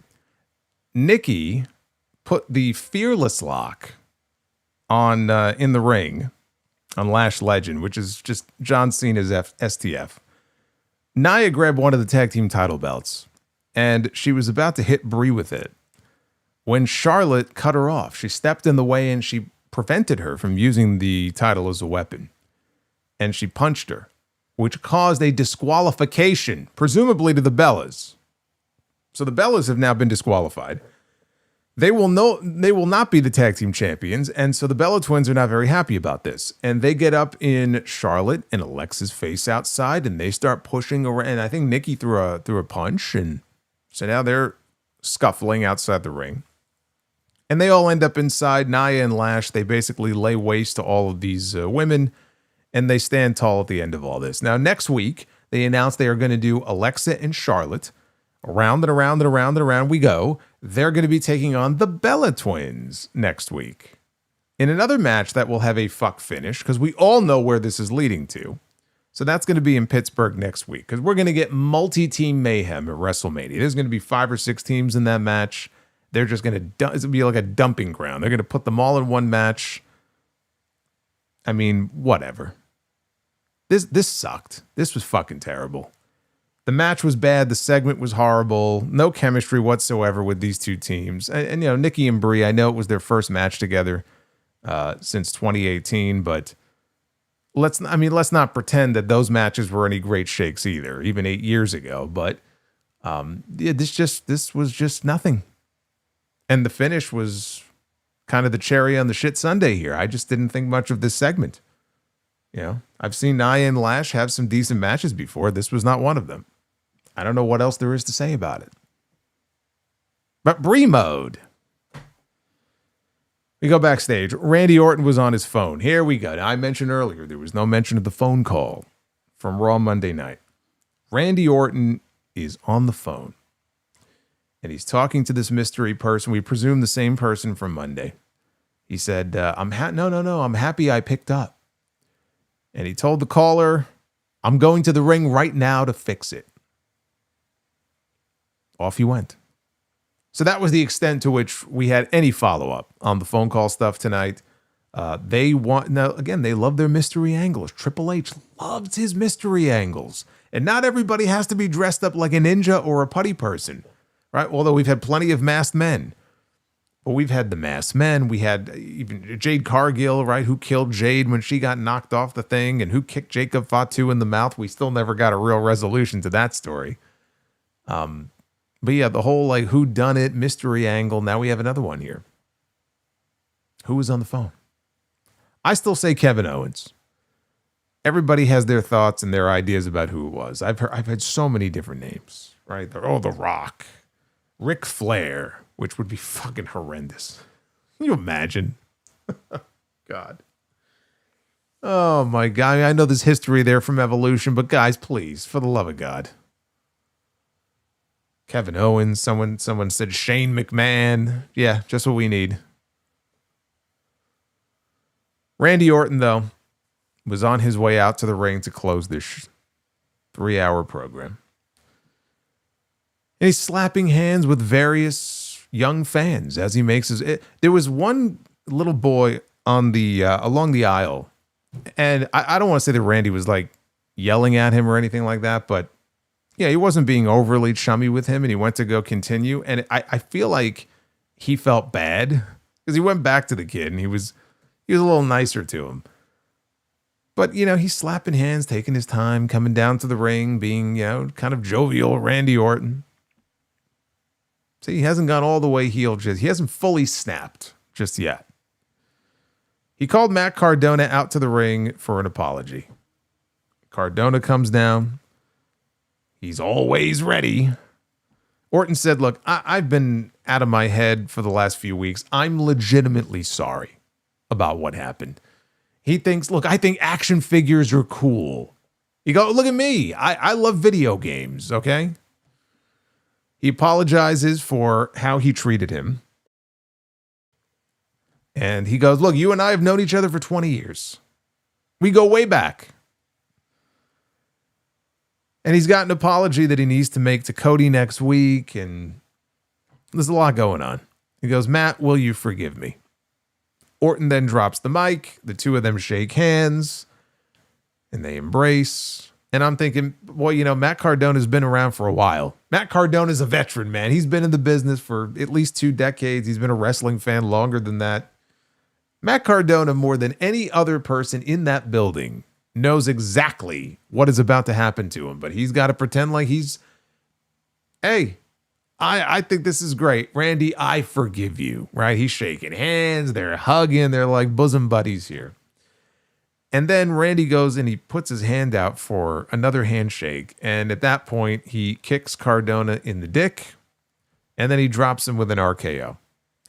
Now, he rips Cardona's shirt off, sends him out to the floor, just like he did with Cody. He places him on top of the announce desk. He starts hammering away. He grabs the ring steps. He brings them over. He leans them up against the announce desk. Now, officials and security and Nick Aldis, they all spill out to ringside, trying to calm him down. And the fans are watching on just in horror. And they're like, oh my God, this is terrible. Don't do this. No, I'm bullshitting you. They were chanting for Randy Orton. They were chanting, Randy, Randy. They were loving it. They were loving it. Orton backs off. He puts his head in his hands. And he's like, he couldn't believe what he was doing. He lost control again. He goes back over, though, to grab Cardona. The voices have taken over again. Throws him back in the ring, and he starts pummeling him. And this was the best part. So he places Cardona's left arm in a chair, like he's going to Pillmanize it, right? So he's got his arm in a chair laying there. And the officials, with Nick Aldis, they pour into the ring, and they are physically holding Randy Orton back. And they get him up against the ropes. And I'm watching this. And I'm like, okay, you're Matt Cardona. You're laying there. And he's looking up at everything that's going on. He's laying there. His arm is in the chair. He could easily just pull the fucking chair off your arm. He laid there with the chair in his arm, on his arm, whatever. 30 fucking seconds. What do you think happened next? Randy Orton breaks free. Randy Orton stomps on the chair and breaks this fucker's arm. And you know what? Good. He got exactly what he deserves. Now he can play with his action figures with his right arm. He could do everything with his right hand. He ain't going to be using his left one for a while. 30 seconds he laid there. Like, he should have at least taken it off. And then Randy breaks free, comes over, puts his arm back in it and stomps. It's just little things like that. I know it's not a big deal in the big picture, but my God, it just makes these people look like fucking idiots. 30 seconds, 25 seconds, whatever it was, he was laying there like that, like, oh no, oh no. It's so stupid. What are you laying there for? At least make an attempt to remove the fucking chair from your... It'll take Orton 2 seconds to put the chair back on his arm. So now he's got a broken arm and he deserves it. And again, the fans were so mortified by this. They felt so bad for Matt Cardona. They were horrified that they all chanted one more time. They wanted him to break the other arm. So they backed Orton into the aisle. And Orton has his hands up and he goes, don't touch me. Don't touch me. And they're not touching him, but they're backing him down the aisle. And Nick Aldis is looking at him. This is not you. This is not you, right? All of a sudden in the background, on the screens and on the Tron, they cut to something that's happening in the back. There's a commotion. There's more chaos in the back. And at that point, Nick Aldis and all the officials that were holding Randy Orton back, they flee. And they just go running to the back, which, by the way, now that I think about it, What was stopping Randy Orton from running back to the ring and breaking his other arm? All these great security people, they just ran off to go tend to the next incident. And the cameras, followed to the back. And we go outside, right? So they're outside the building now. We see Drew McIntyre and we see Jacob Fatu, and they are brawling. They are still brawling. We are 3 hours into this show. They're outside, and I don't know what this thing is. It's some sort of structure in the parking lot. I said earlier, it was like an oil rig. I don't know what it was, but they're on there's like a platform, like an outer platform or a balcony, and they're fighting up on this thing. And then, of course, they climb over the railing, and now they're hanging off the edge, and they're punching each other. They're headbutting each other. All this, and all of the security and all of the officials are just watching this helplessly, because in between them and this area where the structure is this white fence. So they're watching it. Oh my God, don't. And then finally, they both go tumbling off the edge of the platform, and they plummet to their death. We didn't hear the splat. Would have been nice if they would have inserted that little sound effect. But then Nick Aldis is freaking out. He's calling, we need medical, oh my God. Of course, conveniently, the fence was there, so we couldn't see the actual moment of impact. But you can use your imagination. So these two men apparently killed each other. I guess that means no WrestleMania match for either one of them. But now I'm watching this and I'm like, I was wondering if they were going to do a street fight. They could do a false count anywhere. False count anywhere could be fun, although they never really fully take advantage of the stip. They'll brawl into the crowd. They'll go on stage. Who gives a fuck? Like, you can have a false count anywhere match. You got to go onto the concourse. You got to go into the boiler room. You got to go outside the fucking building. If you're going to have fun with it, I love the false count anywhere stipulation. But I hate it when they use it most of the time because they don't take full advantage of it. That's not what this felt like. This felt like we may end up getting that Hell in a Cell match that was rumored for Cody and Drew, with the idea that these men, because they're always fighting everywhere, the only way to contain them is inside the cell. Because really, at WrestleMania, I don't know that they want to be having these guys fighting out of the building and into the backstage. I think they want to keep it contained to the ring. And how do you do that? You put them in a cage. Now, you can have a traditional cage match, but I think they may be setting up for a Hell in a Cell match as the kind of the ultimate payoff here. And the only way to really contain these men is inside the dreaded cell and, blow off the feud there. That's what it kind of felt like to me when this show was over. They didn't get the cell with Cody and Roman. That was another rumor. They didn't do it with Cody and Drew. Thank God. But we may get it with these two. That's what it felt like to me. So it was a pretty wild, ending to the show. Yeah, Texas Death. No. Let's do Texas Death in Las Vegas. Let's do Texas Death in Las Vegas with a Scotsman and a Samoan. Sure. Yeah, that makes a lot of sense.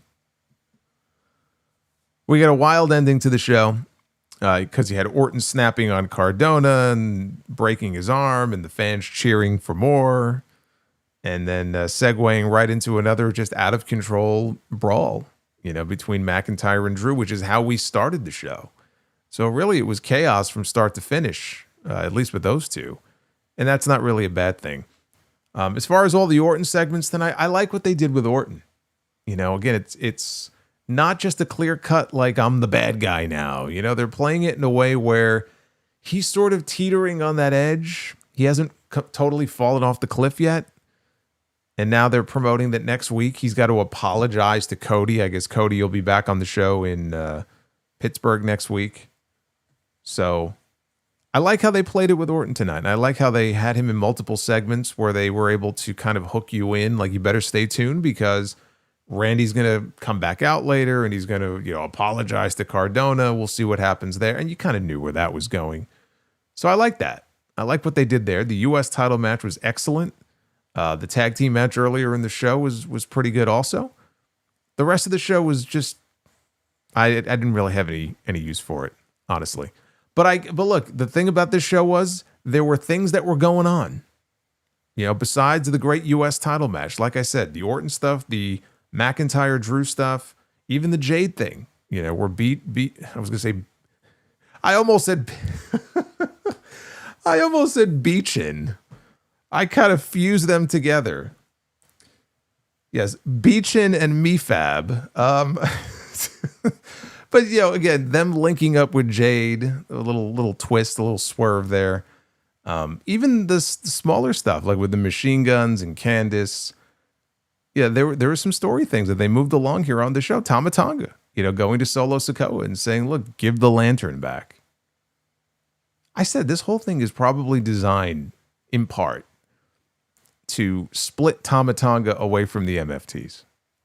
And for all of the Wyatt Six and MFT stuff, I'm sorry, it's still not worth it for us to sit through months of this just to get to a Tama Tonga, you know, babyface turn.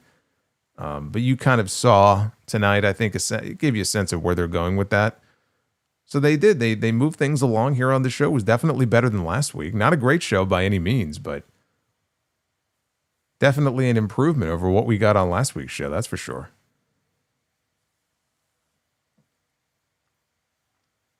We talk about the show missing Bianca. We are also missing Naomi. We are, but I mean, that situation is really out of everybody's control. So there's a reason why we don't have Naomi around. Bianca should have been back by now, and I'm sure she's more frustrated than anybody. That's what makes her situation so sad. What did you think of SmackDown from Raleigh? Almost 65% thumbs up. 35% thumbs down, with nearly 1,000 votes in so far. So you you like that, huh? Beachin. She's beachin. Beachin and Mefab. There you go. Somebody mock that up.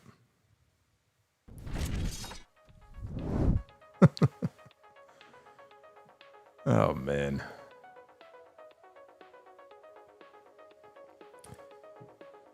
Thank you guys for the laughs. Let's get into your super chats here. And I presume that we are going to be doing Be the Booker. 728 likes. Yeah, I'd say we're going to be doing some Be the Booker. I think that's a safe bet. Got to get through these first, though. Hey, Joseph Stewart, thank you very much. He says, rest in peace, Chuck Norris. Yes, I was going to talk about him briefly on the show on Sunday. Chuck Norris, 86 years old. He says, were you a fan of Walker, Texas Ranger? Only in clips. Only in the clips I saw on Conan O'Brien's show. Otherwise, no.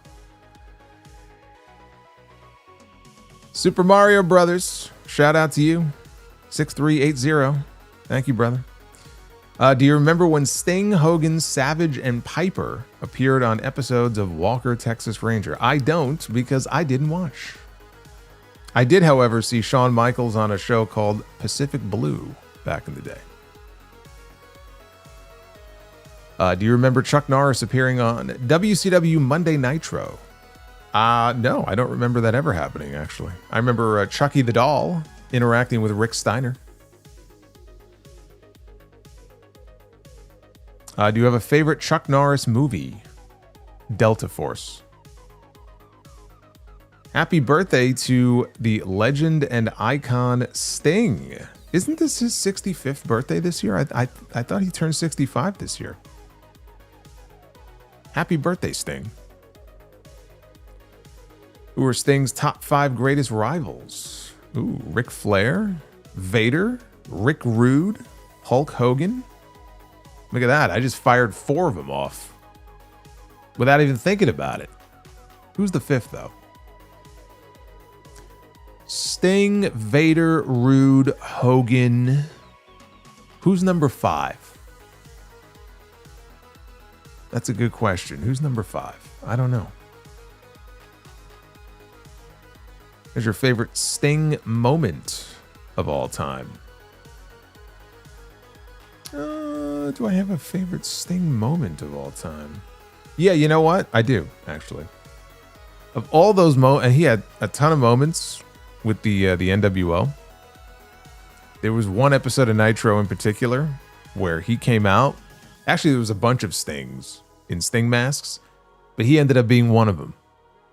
Just casually walked into the ring. Buff Bagwell was doing his buff pose, and Sting just grabbed him and gave him the Scorpion Death Drop.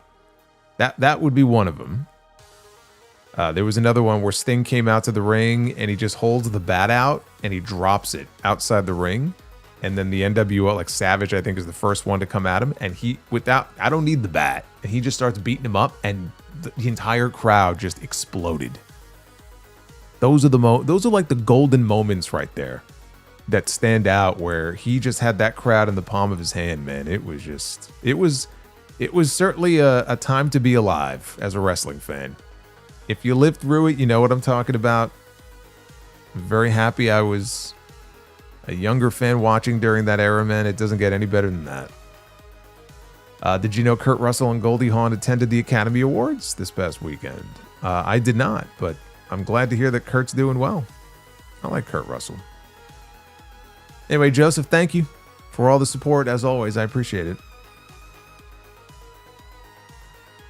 We got the the bottom right pick in the thumbnail killed me. You like our friend Karen? She's hanging out with us tonight.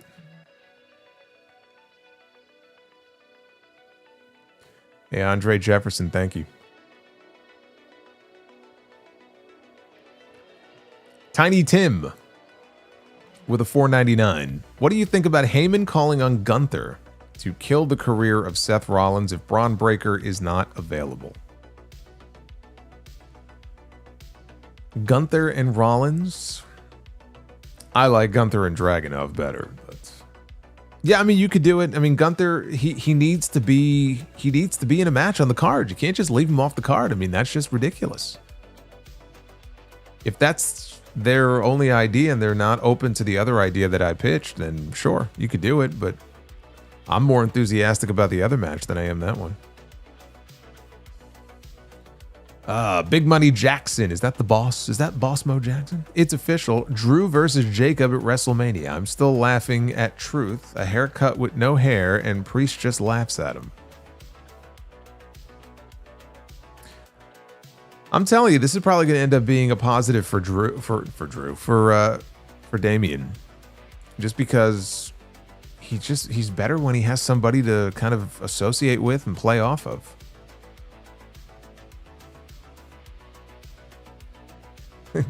Gunther and Cardona, the one-armed man. Yeah, no. The Meal Slayer. They're teasing a Sammy heel turn just a few months before Kevin Owens is due for another neck evaluation. Smells like a joint return. Heel turn angle for TV in the summer or fall. What say you? I just love how Sammy and Kevin Owens, they always have to be attached. They don't always need to be attached. I'd be down for it.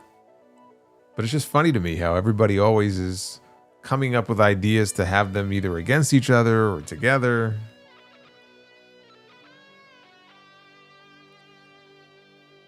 Prince Vegeta. There's a rumor that in a single day, Chuck Norris survived a plane crash, a bear attack, and getting hit with a nuclear warhead and walked away without a scratch. What a legend.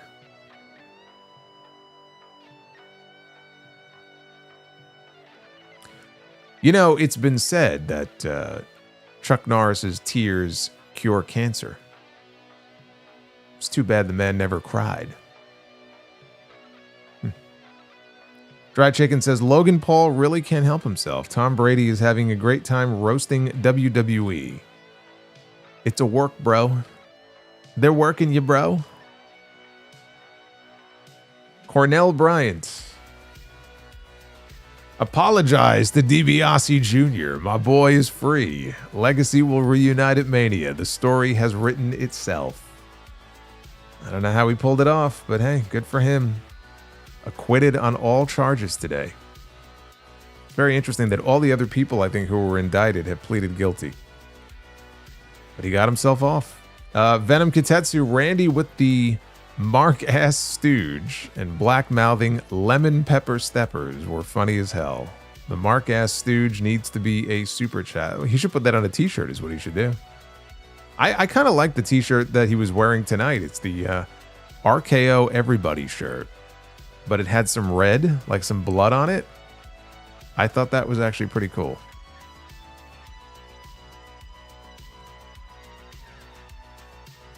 The Sheltered Kid. What's going on, Sheltered Kid? Says, are you a fan of The Weeknd? And if so, what is your favorite song? For The Weeknd, I am a fan of The Weeknd. I'm a fan of The Weeknd and The Weeknd, the music group. For me, I think it might be Timeless. It's either Timeless or Heartless. I like both those songs. Let me refresh this here. We got a bunch more. Let's refresh the list and scroll back down. Make sure I don't miss any of you guys. Where are we? Here we go. Here we go. And the Sheltered Kid says, if you like The Weeknd, scold Lucky Dog 89 for being a hater. Now, does Lucky Dog not like The Weeknd? I'm not going to hate on Lucky. I like Lucky Dog.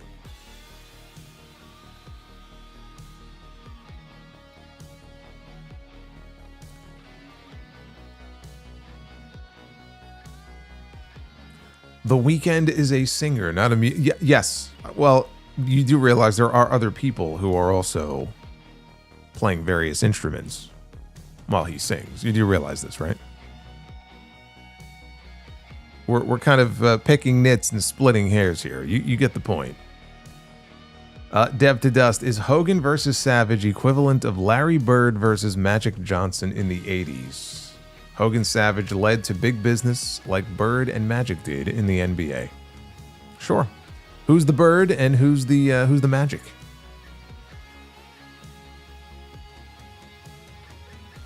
I kind of go Savage as Magic. Hey, Oscar says Jeff Job instead of Jeff Cobb.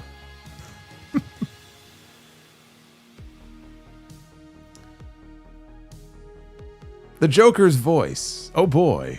A new faction because Jade needs muscle. We already have the MFTs, now we have the NFCs. Nobody fucking cares. You mean you don't care about Beachin and Mefab? You don't care? I care so much I got their names mixed up. That's how much I care. Alexander. The BFAB Mia Yim turn made no sense to me. Jade beat their asses every time since her heel turn just to join her in the end. Did Jade blackmail them? Like I said, if you can't beat them, join them. You know what the sad thing is? They probably won't even bother with an explanation. They'll just show up next week, they'll all be together, and it'll probably never be mentioned again, but it would be nice to get some sort of explanation on the show to see what they go with.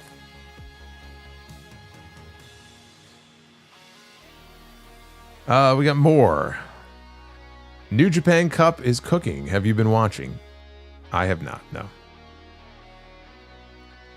I have wrestling overload as it is. I have not been keeping up with it, unfortunately.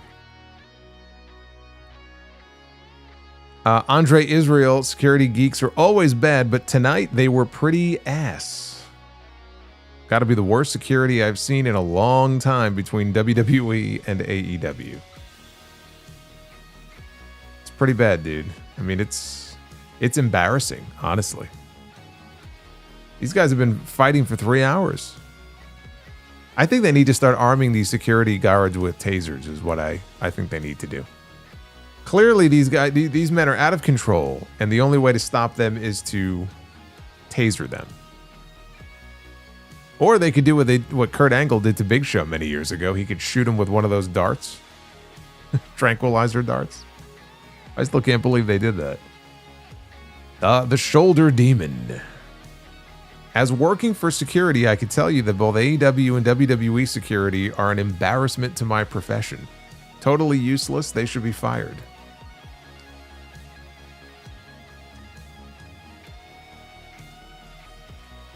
Ali. Hey, Solomonster. Since Ted DiBiase Jr. is found not guilty, do we see him back on TV and see Legacy Reunion? No. DiBiase's been out of wrestling for a very long time. And I don't see the need for him to be introduced into this. Sidro. Friend's sad because he didn't know the lyrics to YMCA. I said, young man, there's no need to feel down. And how did Samuel Adams get down the mountain? Brewskis. Boy, you thought that one was probably like your best one, right? I could see the big smile on your face as he's typing it up. Oh man, he's gonna love this. He's gonna love Brewskis. Thank you, Sidro. First time we've gotten one from Sidro in a while.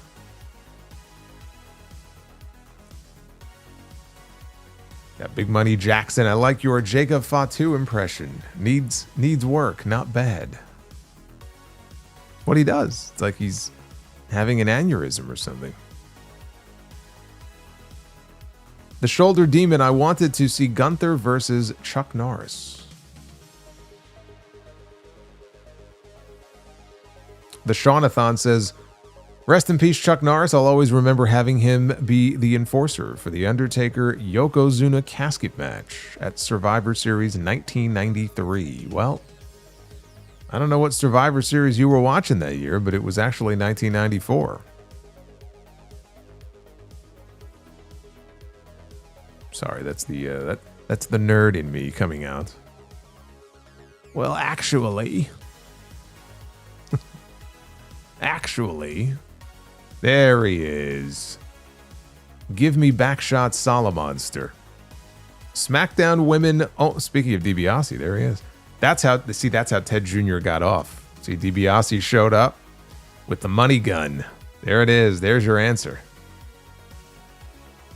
He says SmackDown women only have 3 faces, and Tiffany is an awful babyface.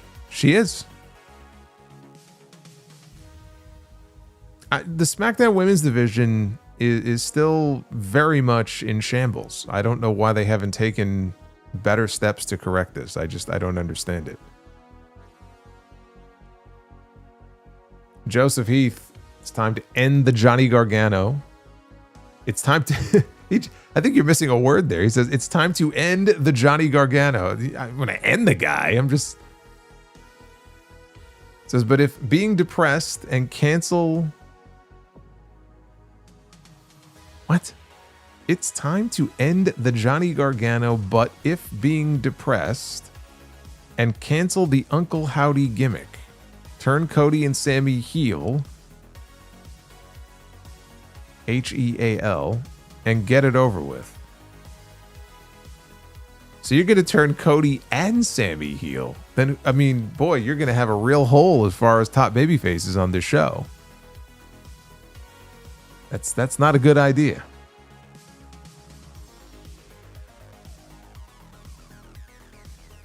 Big Money Jackson, tag division needs refocus and restructure and story. I agree. Thoughts on Howie Rose retiring this year? Yeah, the Mets' longtime radio announcer is going to be calling his final season, and I think it's well-deserved. He's going to be missed. He's an institution here in New York. That's where Gary Cohen came from. From radio to TV.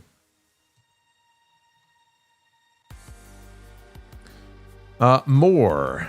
All In 2026 sold 20,000 tickets after a 4-day presale compared to All In 2024 with 33,000 tickets after a 3-week presale. Nice to see the upward trend. If they could sell 40, I think they should be happy for that show. 50 would be better, but at least 40. Because you're not doing the numbers that you did for the first one. That's just not going to happen. Jeremy says, Cody heel and strap the Goldberg rocket on Oba. Yes, but Oba's going to end up on Raw. What do you do on SmackDown?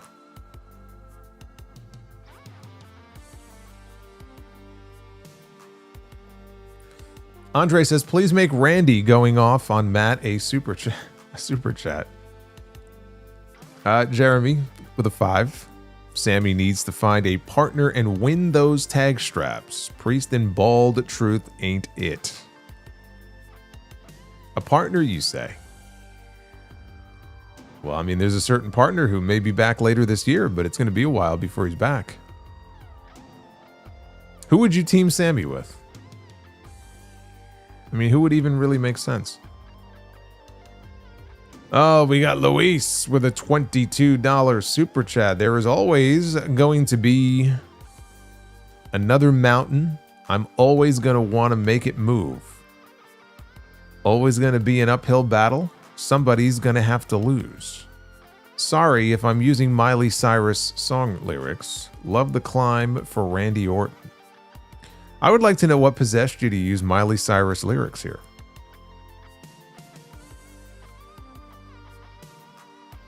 Cornell Bryant. Sammy will pull a Bret Hart WrestleMania 13 double turn. A double turn with who? Trick? That could work, actually. You know what? I'm very hesitant to make any significant alterations to Trick's gimmick and what he's doing now because it's working. I think organically without WWE meddling in it. But that's interesting. The idea of a Sammy and Trick double turn at WrestleMania. I don't hate it. David Rice with a $9.99. Sammy and Trick is where the double turn. Oh, well, there we go. Sammy and Trick is where the double turn is. They have a match at Mania where Sammy blatantly cheats. Trick cries foul in a babyface way at the next TV. Feud continues at Backlash. I can fuck with that. Just don't change too much about Trick. Kind of let him be himself. But the idea that Sammy would do something underhanded just to get a win, and the fans like Trick, so I think that they would sympathize with him. Because I think with Trick, like he's been in the ring with some big names, and I don't think he's done much in the way of like blatant cheating. So it's one thing for him to be overly cocky and arrogant, but if he's going out there and wrestling and winning matches pretty fairly, and then Sammy suddenly, has to cheat to win, I think that could work.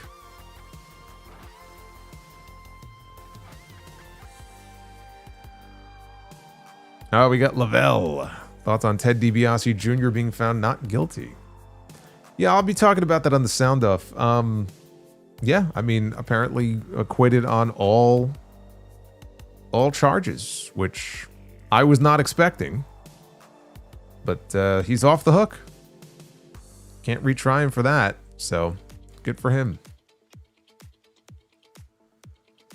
Big Money Jackson, AEW has bad B-level, C-level characters. It's dry, stale, and it feels off. MJF is awesome, but all else feels terrible. Not everyone fits WWE, and it shows.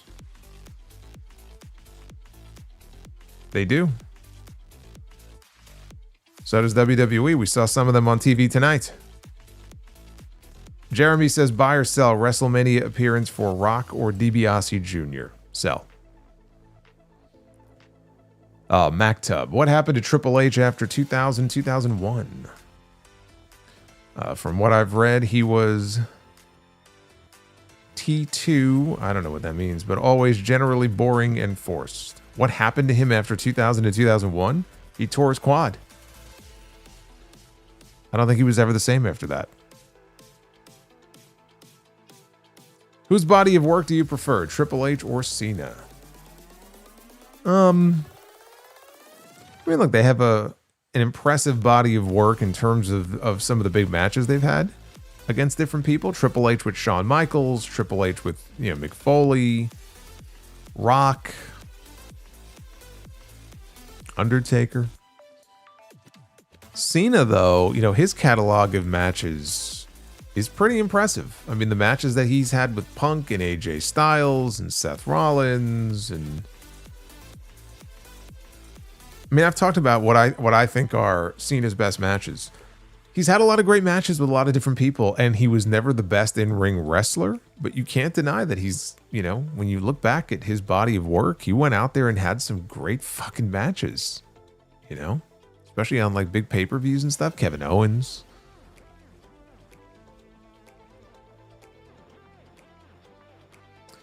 I think personally, I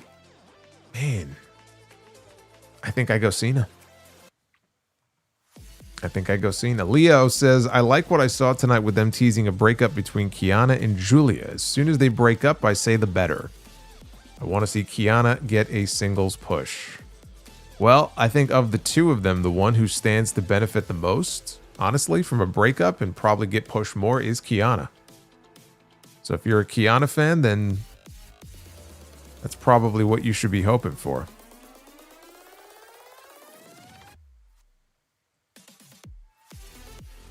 Says, I feel like Kiana is a future world champion. I hope WWE realizes what they have in her. I thought she looked good in the Elimination Chamber. It's still very early, though. She hasn't really been thrown into the fire yet, like in a major match or with a major program. So time will tell. It's still too early to say. I can't sit here and say she's a future world champion. I don't know. I'm not feeling it yet, but I think she could get there. Ice cream for more. Did Randy take Cody to his home in Fellatio Estates? I don't know. You have to ask JD that. It was palatial, by the way. His palatial estate. Boy, I wish I had one of those. Back in the day, man. Invite all the ladies out to my palatial estate.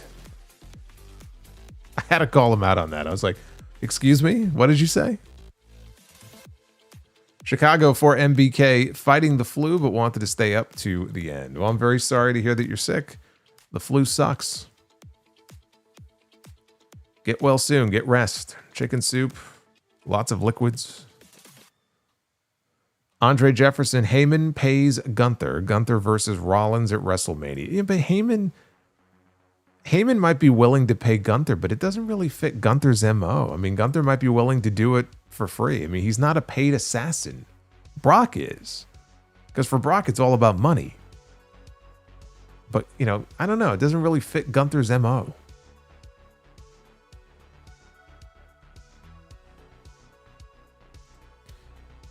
Donovan Payne. Any thoughts on the AAA Mega Title redesign? Did they redesign the Mega Title? Let me see here.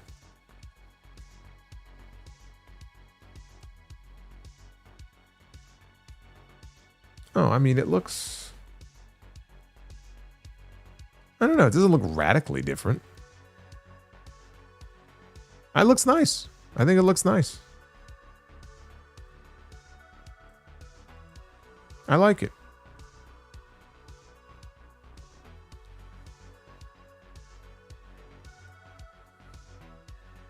Big Hoss.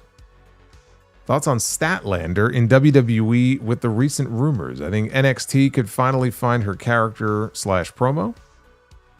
And new fresh faces to work with.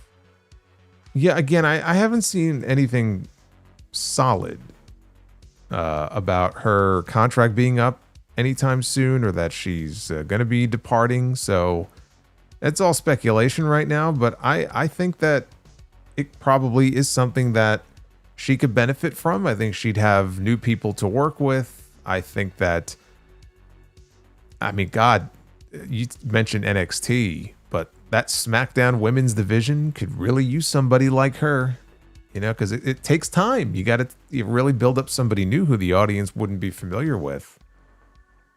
And boy, they could sure use someone like her right now. The Uffman. Jesus can walk on water, but Chuck Norris could swim through land. Yeah, another favorite of mine is God, how did it go?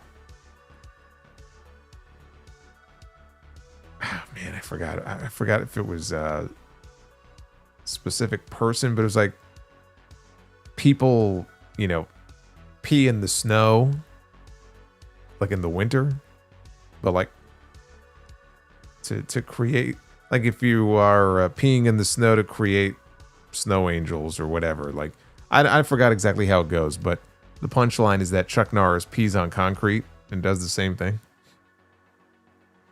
Or Chuck Norris doesn't do push-ups. He's pushing the earth down. That's another one. Jeremy Rose says, what do you think about Punk turning heel, joining Heyman, and becoming the leader of the Vision despite Seth Rollins, and keep that feud going? I'm glad you put the laughing emoji at the end because I was about to scold you. You think Brock would have learned his lesson going back to Heyman fucking twice after Heyman turned his back on him how many times? I don't need Punk doing the same thing. Punk's already been betrayed twice by Heyman. Third time's on you, buddy.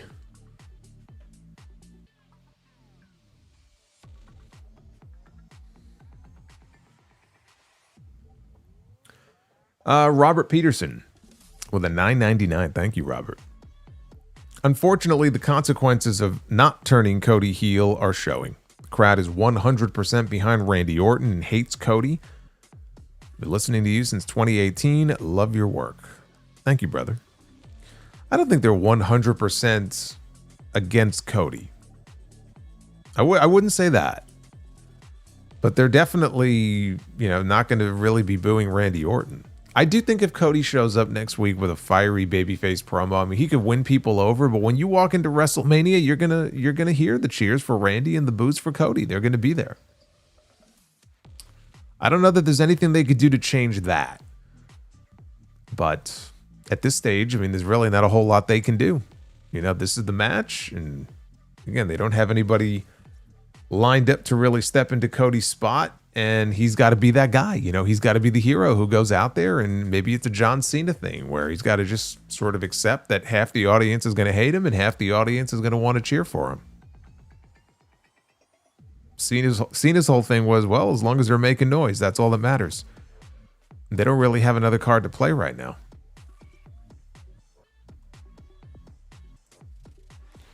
Dry Chicken says Matt Cardona and Chelsea Green need a vacation trip to Cancun. Yeah, him with his arm and her with her ankle.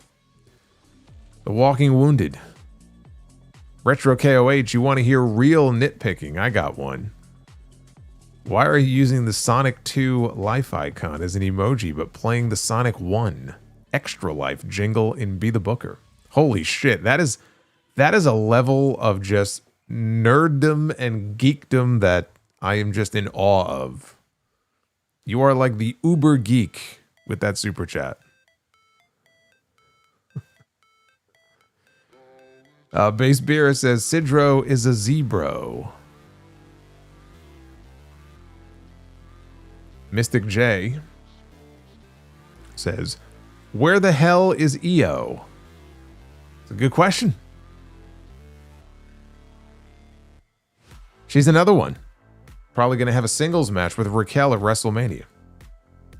It's really the best we can come up with for Io Sky on that show. Cameron Spencer, Gargano and Zayn should team up since both of them are depressed.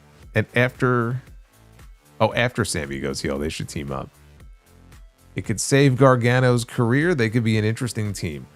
Yeah, but the Gargano stuff is being played up as comedy. Sammy is not. It's not the same.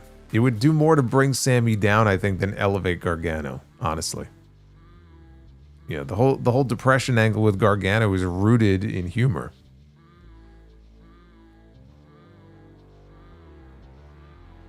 Johnny Gargano needs some special brownies, says Dry Chicken.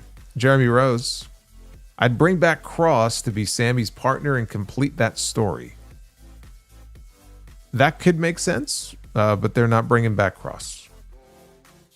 So that's not an option.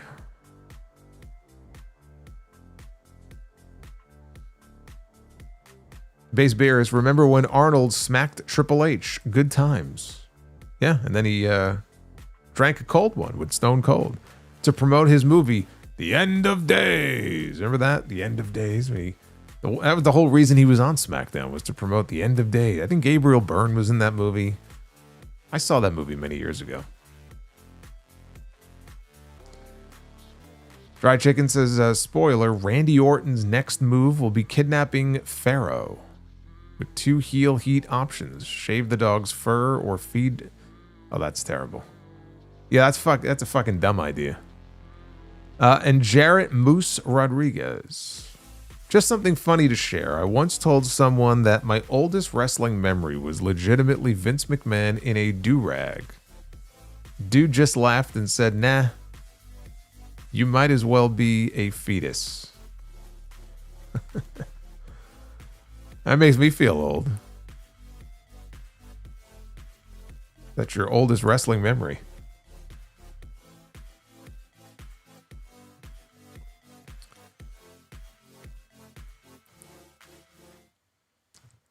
Oh, man. There she is again. There's Karen. Jared also says, based on what you have seen of them, which woman in NXT do you feel has a higher ceiling? Tatum Paxley or JC Jane? Honestly, JC Jane. I've come around on JC Jane. I wouldn't have said that before she won the championship, but I think of the two of them, she's got the higher ceiling. Retro KOH, Chuck Norris didn't die. He's just relieving the Grim Reaper's shift.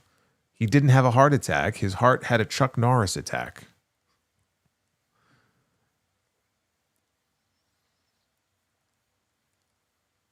And Corona Boy, putting my cat of 12 years to sleep tomorrow, and this stream is what I needed tonight. Thank you, Solo, for all that you do. Hashtag fuck cancer. I can definitely back that up. Hashtag fuck cancer indeed. I'm very sorry to hear that. That's a tough thing.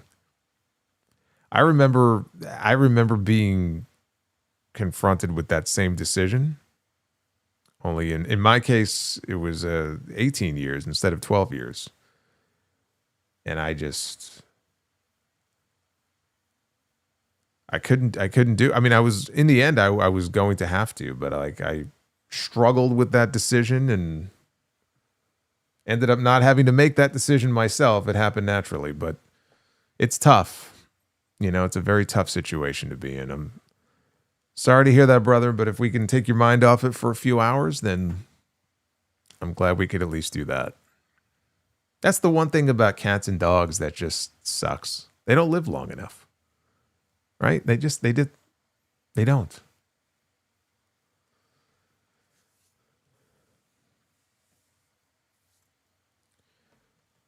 Anyway, we are currently sitting at 800 likes. Man, we could have smashed every single goal on that wheel tonight, but as it was, there you see 500 was the goal.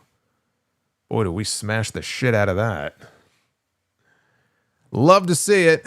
Let's do it. Let's be the booker. Ladies and gentlemen, it is now time to be the booker. Had a dog for 17 years, says Mind the Gap. That's a good long time. I mean, again, I was very fortunate to have my last cat 18 years. That's pretty damn good, and yet it still doesn't feel long enough.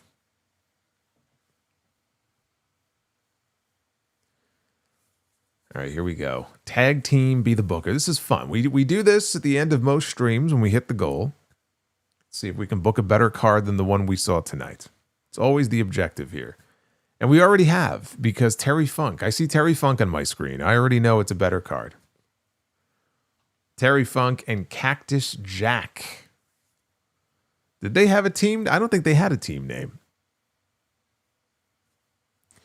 We'll have to come up with one for him. Terry Funk, Cactus Jack against Kane and Daniel Bryan.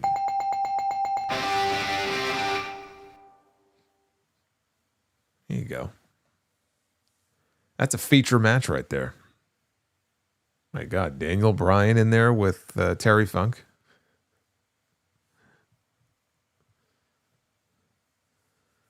All right, we got two more. We need a ladies match. We need a good ladies match. Better than the tag team title match we had tonight. Thunder Rosa, former AEW Women's World Champion. Working her way back. Just came back recently from an extended break due to injury.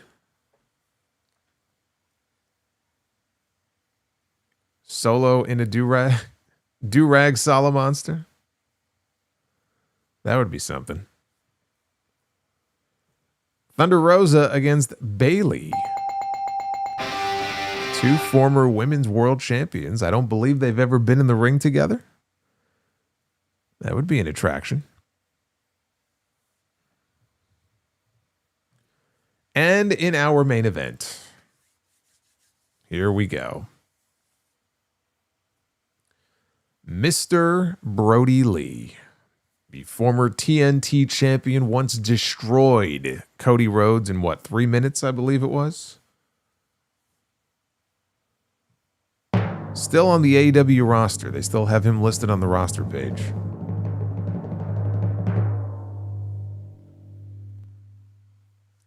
Against the former TNA and reigning NXT champion, Joe Hendry.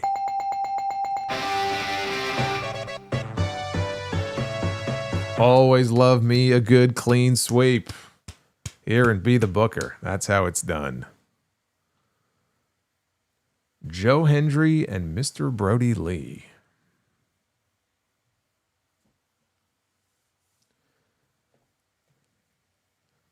There you go.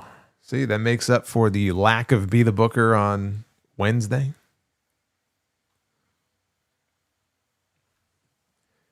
Got ourselves a clean sweep on Friday. Thank you, guys. So I wanted to also just remind you that tomorrow, or I should say later today, 8 p.m. Eastern, if you can't be there, you can tune in and buy it on Triller TV Plus. House of Glory, Super Clash. I'm going to be on the call with JD. We'll be doing commentary for our big Long Island show in conjunction with the big event. So the big event is having their convention tomorrow from 10 a.m. to 4 p.m. Guess who's at the convention tomorrow? I'm actually going to try to get there early enough where I could at least see them. Strikeforce. More importantly, Rick Martel is going to be there. Rick Martel has not done very much wrestling related in recent years. We got a Strikeforce reunion. They're doing a signing at the big event. Talk about people who belong in the Hall of Fame. But anyway, the convention goes from 10 to 4, and then we'll get things all set up. 8 p.m. is the big Super Clash show. We got Amazing Red against Sammy Guevara. First time ever. Charles Mason putting his title on the line against Dijak. The Acclaimed are making their HOG debut against Main Event, and look who it is. It's Mina. Mina Shirakawa got a big win on Dynamite the other night against Marina Shafir. Now she's going to be taking on Shotzi. So a lot of cool shit. 8 p.m., Triller TV Plus. Or you can get your tickets. Even better, you can see the event live. You can come say hello to me. Just go to hogwrestling.net. Still got some good seats available for that one, so that's going to be fun. Oh, one more thing I wanted to point out to you. I talked to Ariel about this today. First of all, thank you for all the support with the Uncrowned Wrestling Show every Tuesday. So you know, if you search on your podcast platform of choice, Apple, Spotify, wherever it may be, the Uncrowned Wrestling Show now has its own dedicated feed exclusively for the Uncrowned Wrestling Show. It will still be on the Ariel Helwani Show feed, so you could still listen to it there. That's not changing. But now we also have a separate dedicated feed that you could subscribe to. So if you just search for it, it should come. It should be populated by now. But I just wanted to let everybody know the shows will be popping up there as well from now on. Anyway, thank you guys for all the love. Oh, Venom Katetsu celebrating 7 months of membership. Current cat at 6 years, going on 7 in September. Best friend will be the worst break one day. Thanks for your previous sharing of cat shelter support. Absolutely. You know, they say dogs are a man's best friend, but cats, man, they just have their own personality. They're very independent. You still got to clean up after them, but you don't have to. There's a lot of things with cats you don't have to do that you have to do with dogs. But also depends on the kind of cat. Those orange cats are crazy. I've never had one, but they're fucking nuts. I had a tabby myself. So that'll be my last one, unfortunately. Just with allergies and stuff, it doesn't make any sense for me to, bring a new one into the home. I do miss it, though. They just bring a special, like, joy into your life that you do. Like, when they're gone, it's just very empty feeling. All the funny shit that they would do, of course. You know, you want to just film it or take pictures or whatever. I do miss that. Navy 4181. Who should induct Dennis Rodman into the Hall of Fame? I would say either Eric Bischoff or Kevin Nash would make the most sense. Yep, I'm going to talk more about him going into the Hall of... this is a ton of shit I'm going to be talking about on the podcast. Oh, my God. Yeah, it's going to be a big show on Sunday. Later in the afternoon, I'll probably still be working up on my notes on Sunday morning since I'll be in hog mode tomorrow. But yeah, episode 956 is going to be a good one on Sunday. I got a lot to say about the Ricochet stuff, which kind of happened immediately after last week's show. I kind of touched on it a little bit on TNT, but I'll get more into that on Sunday, among other topics. So anyway, be well, stay safe. Thank you to everybody for hanging out with me, all the new people who hung out, because I know JD was at a family dinner tonight, and he wasn't streaming, so we had some people migrate over here. You guys are awesome. Thank you for hanging out with us. Hopefully you'll do it again soon. And I will be live with you here on the channel again on Monday night for the Raw Post Show. We had a huge night on Monday this week. Let's try that again. We got a lot of shows coming up, and hopefully you guys will be here with me. So have a good weekend, and I'll see you for HOG tomorrow night. Take care, guys.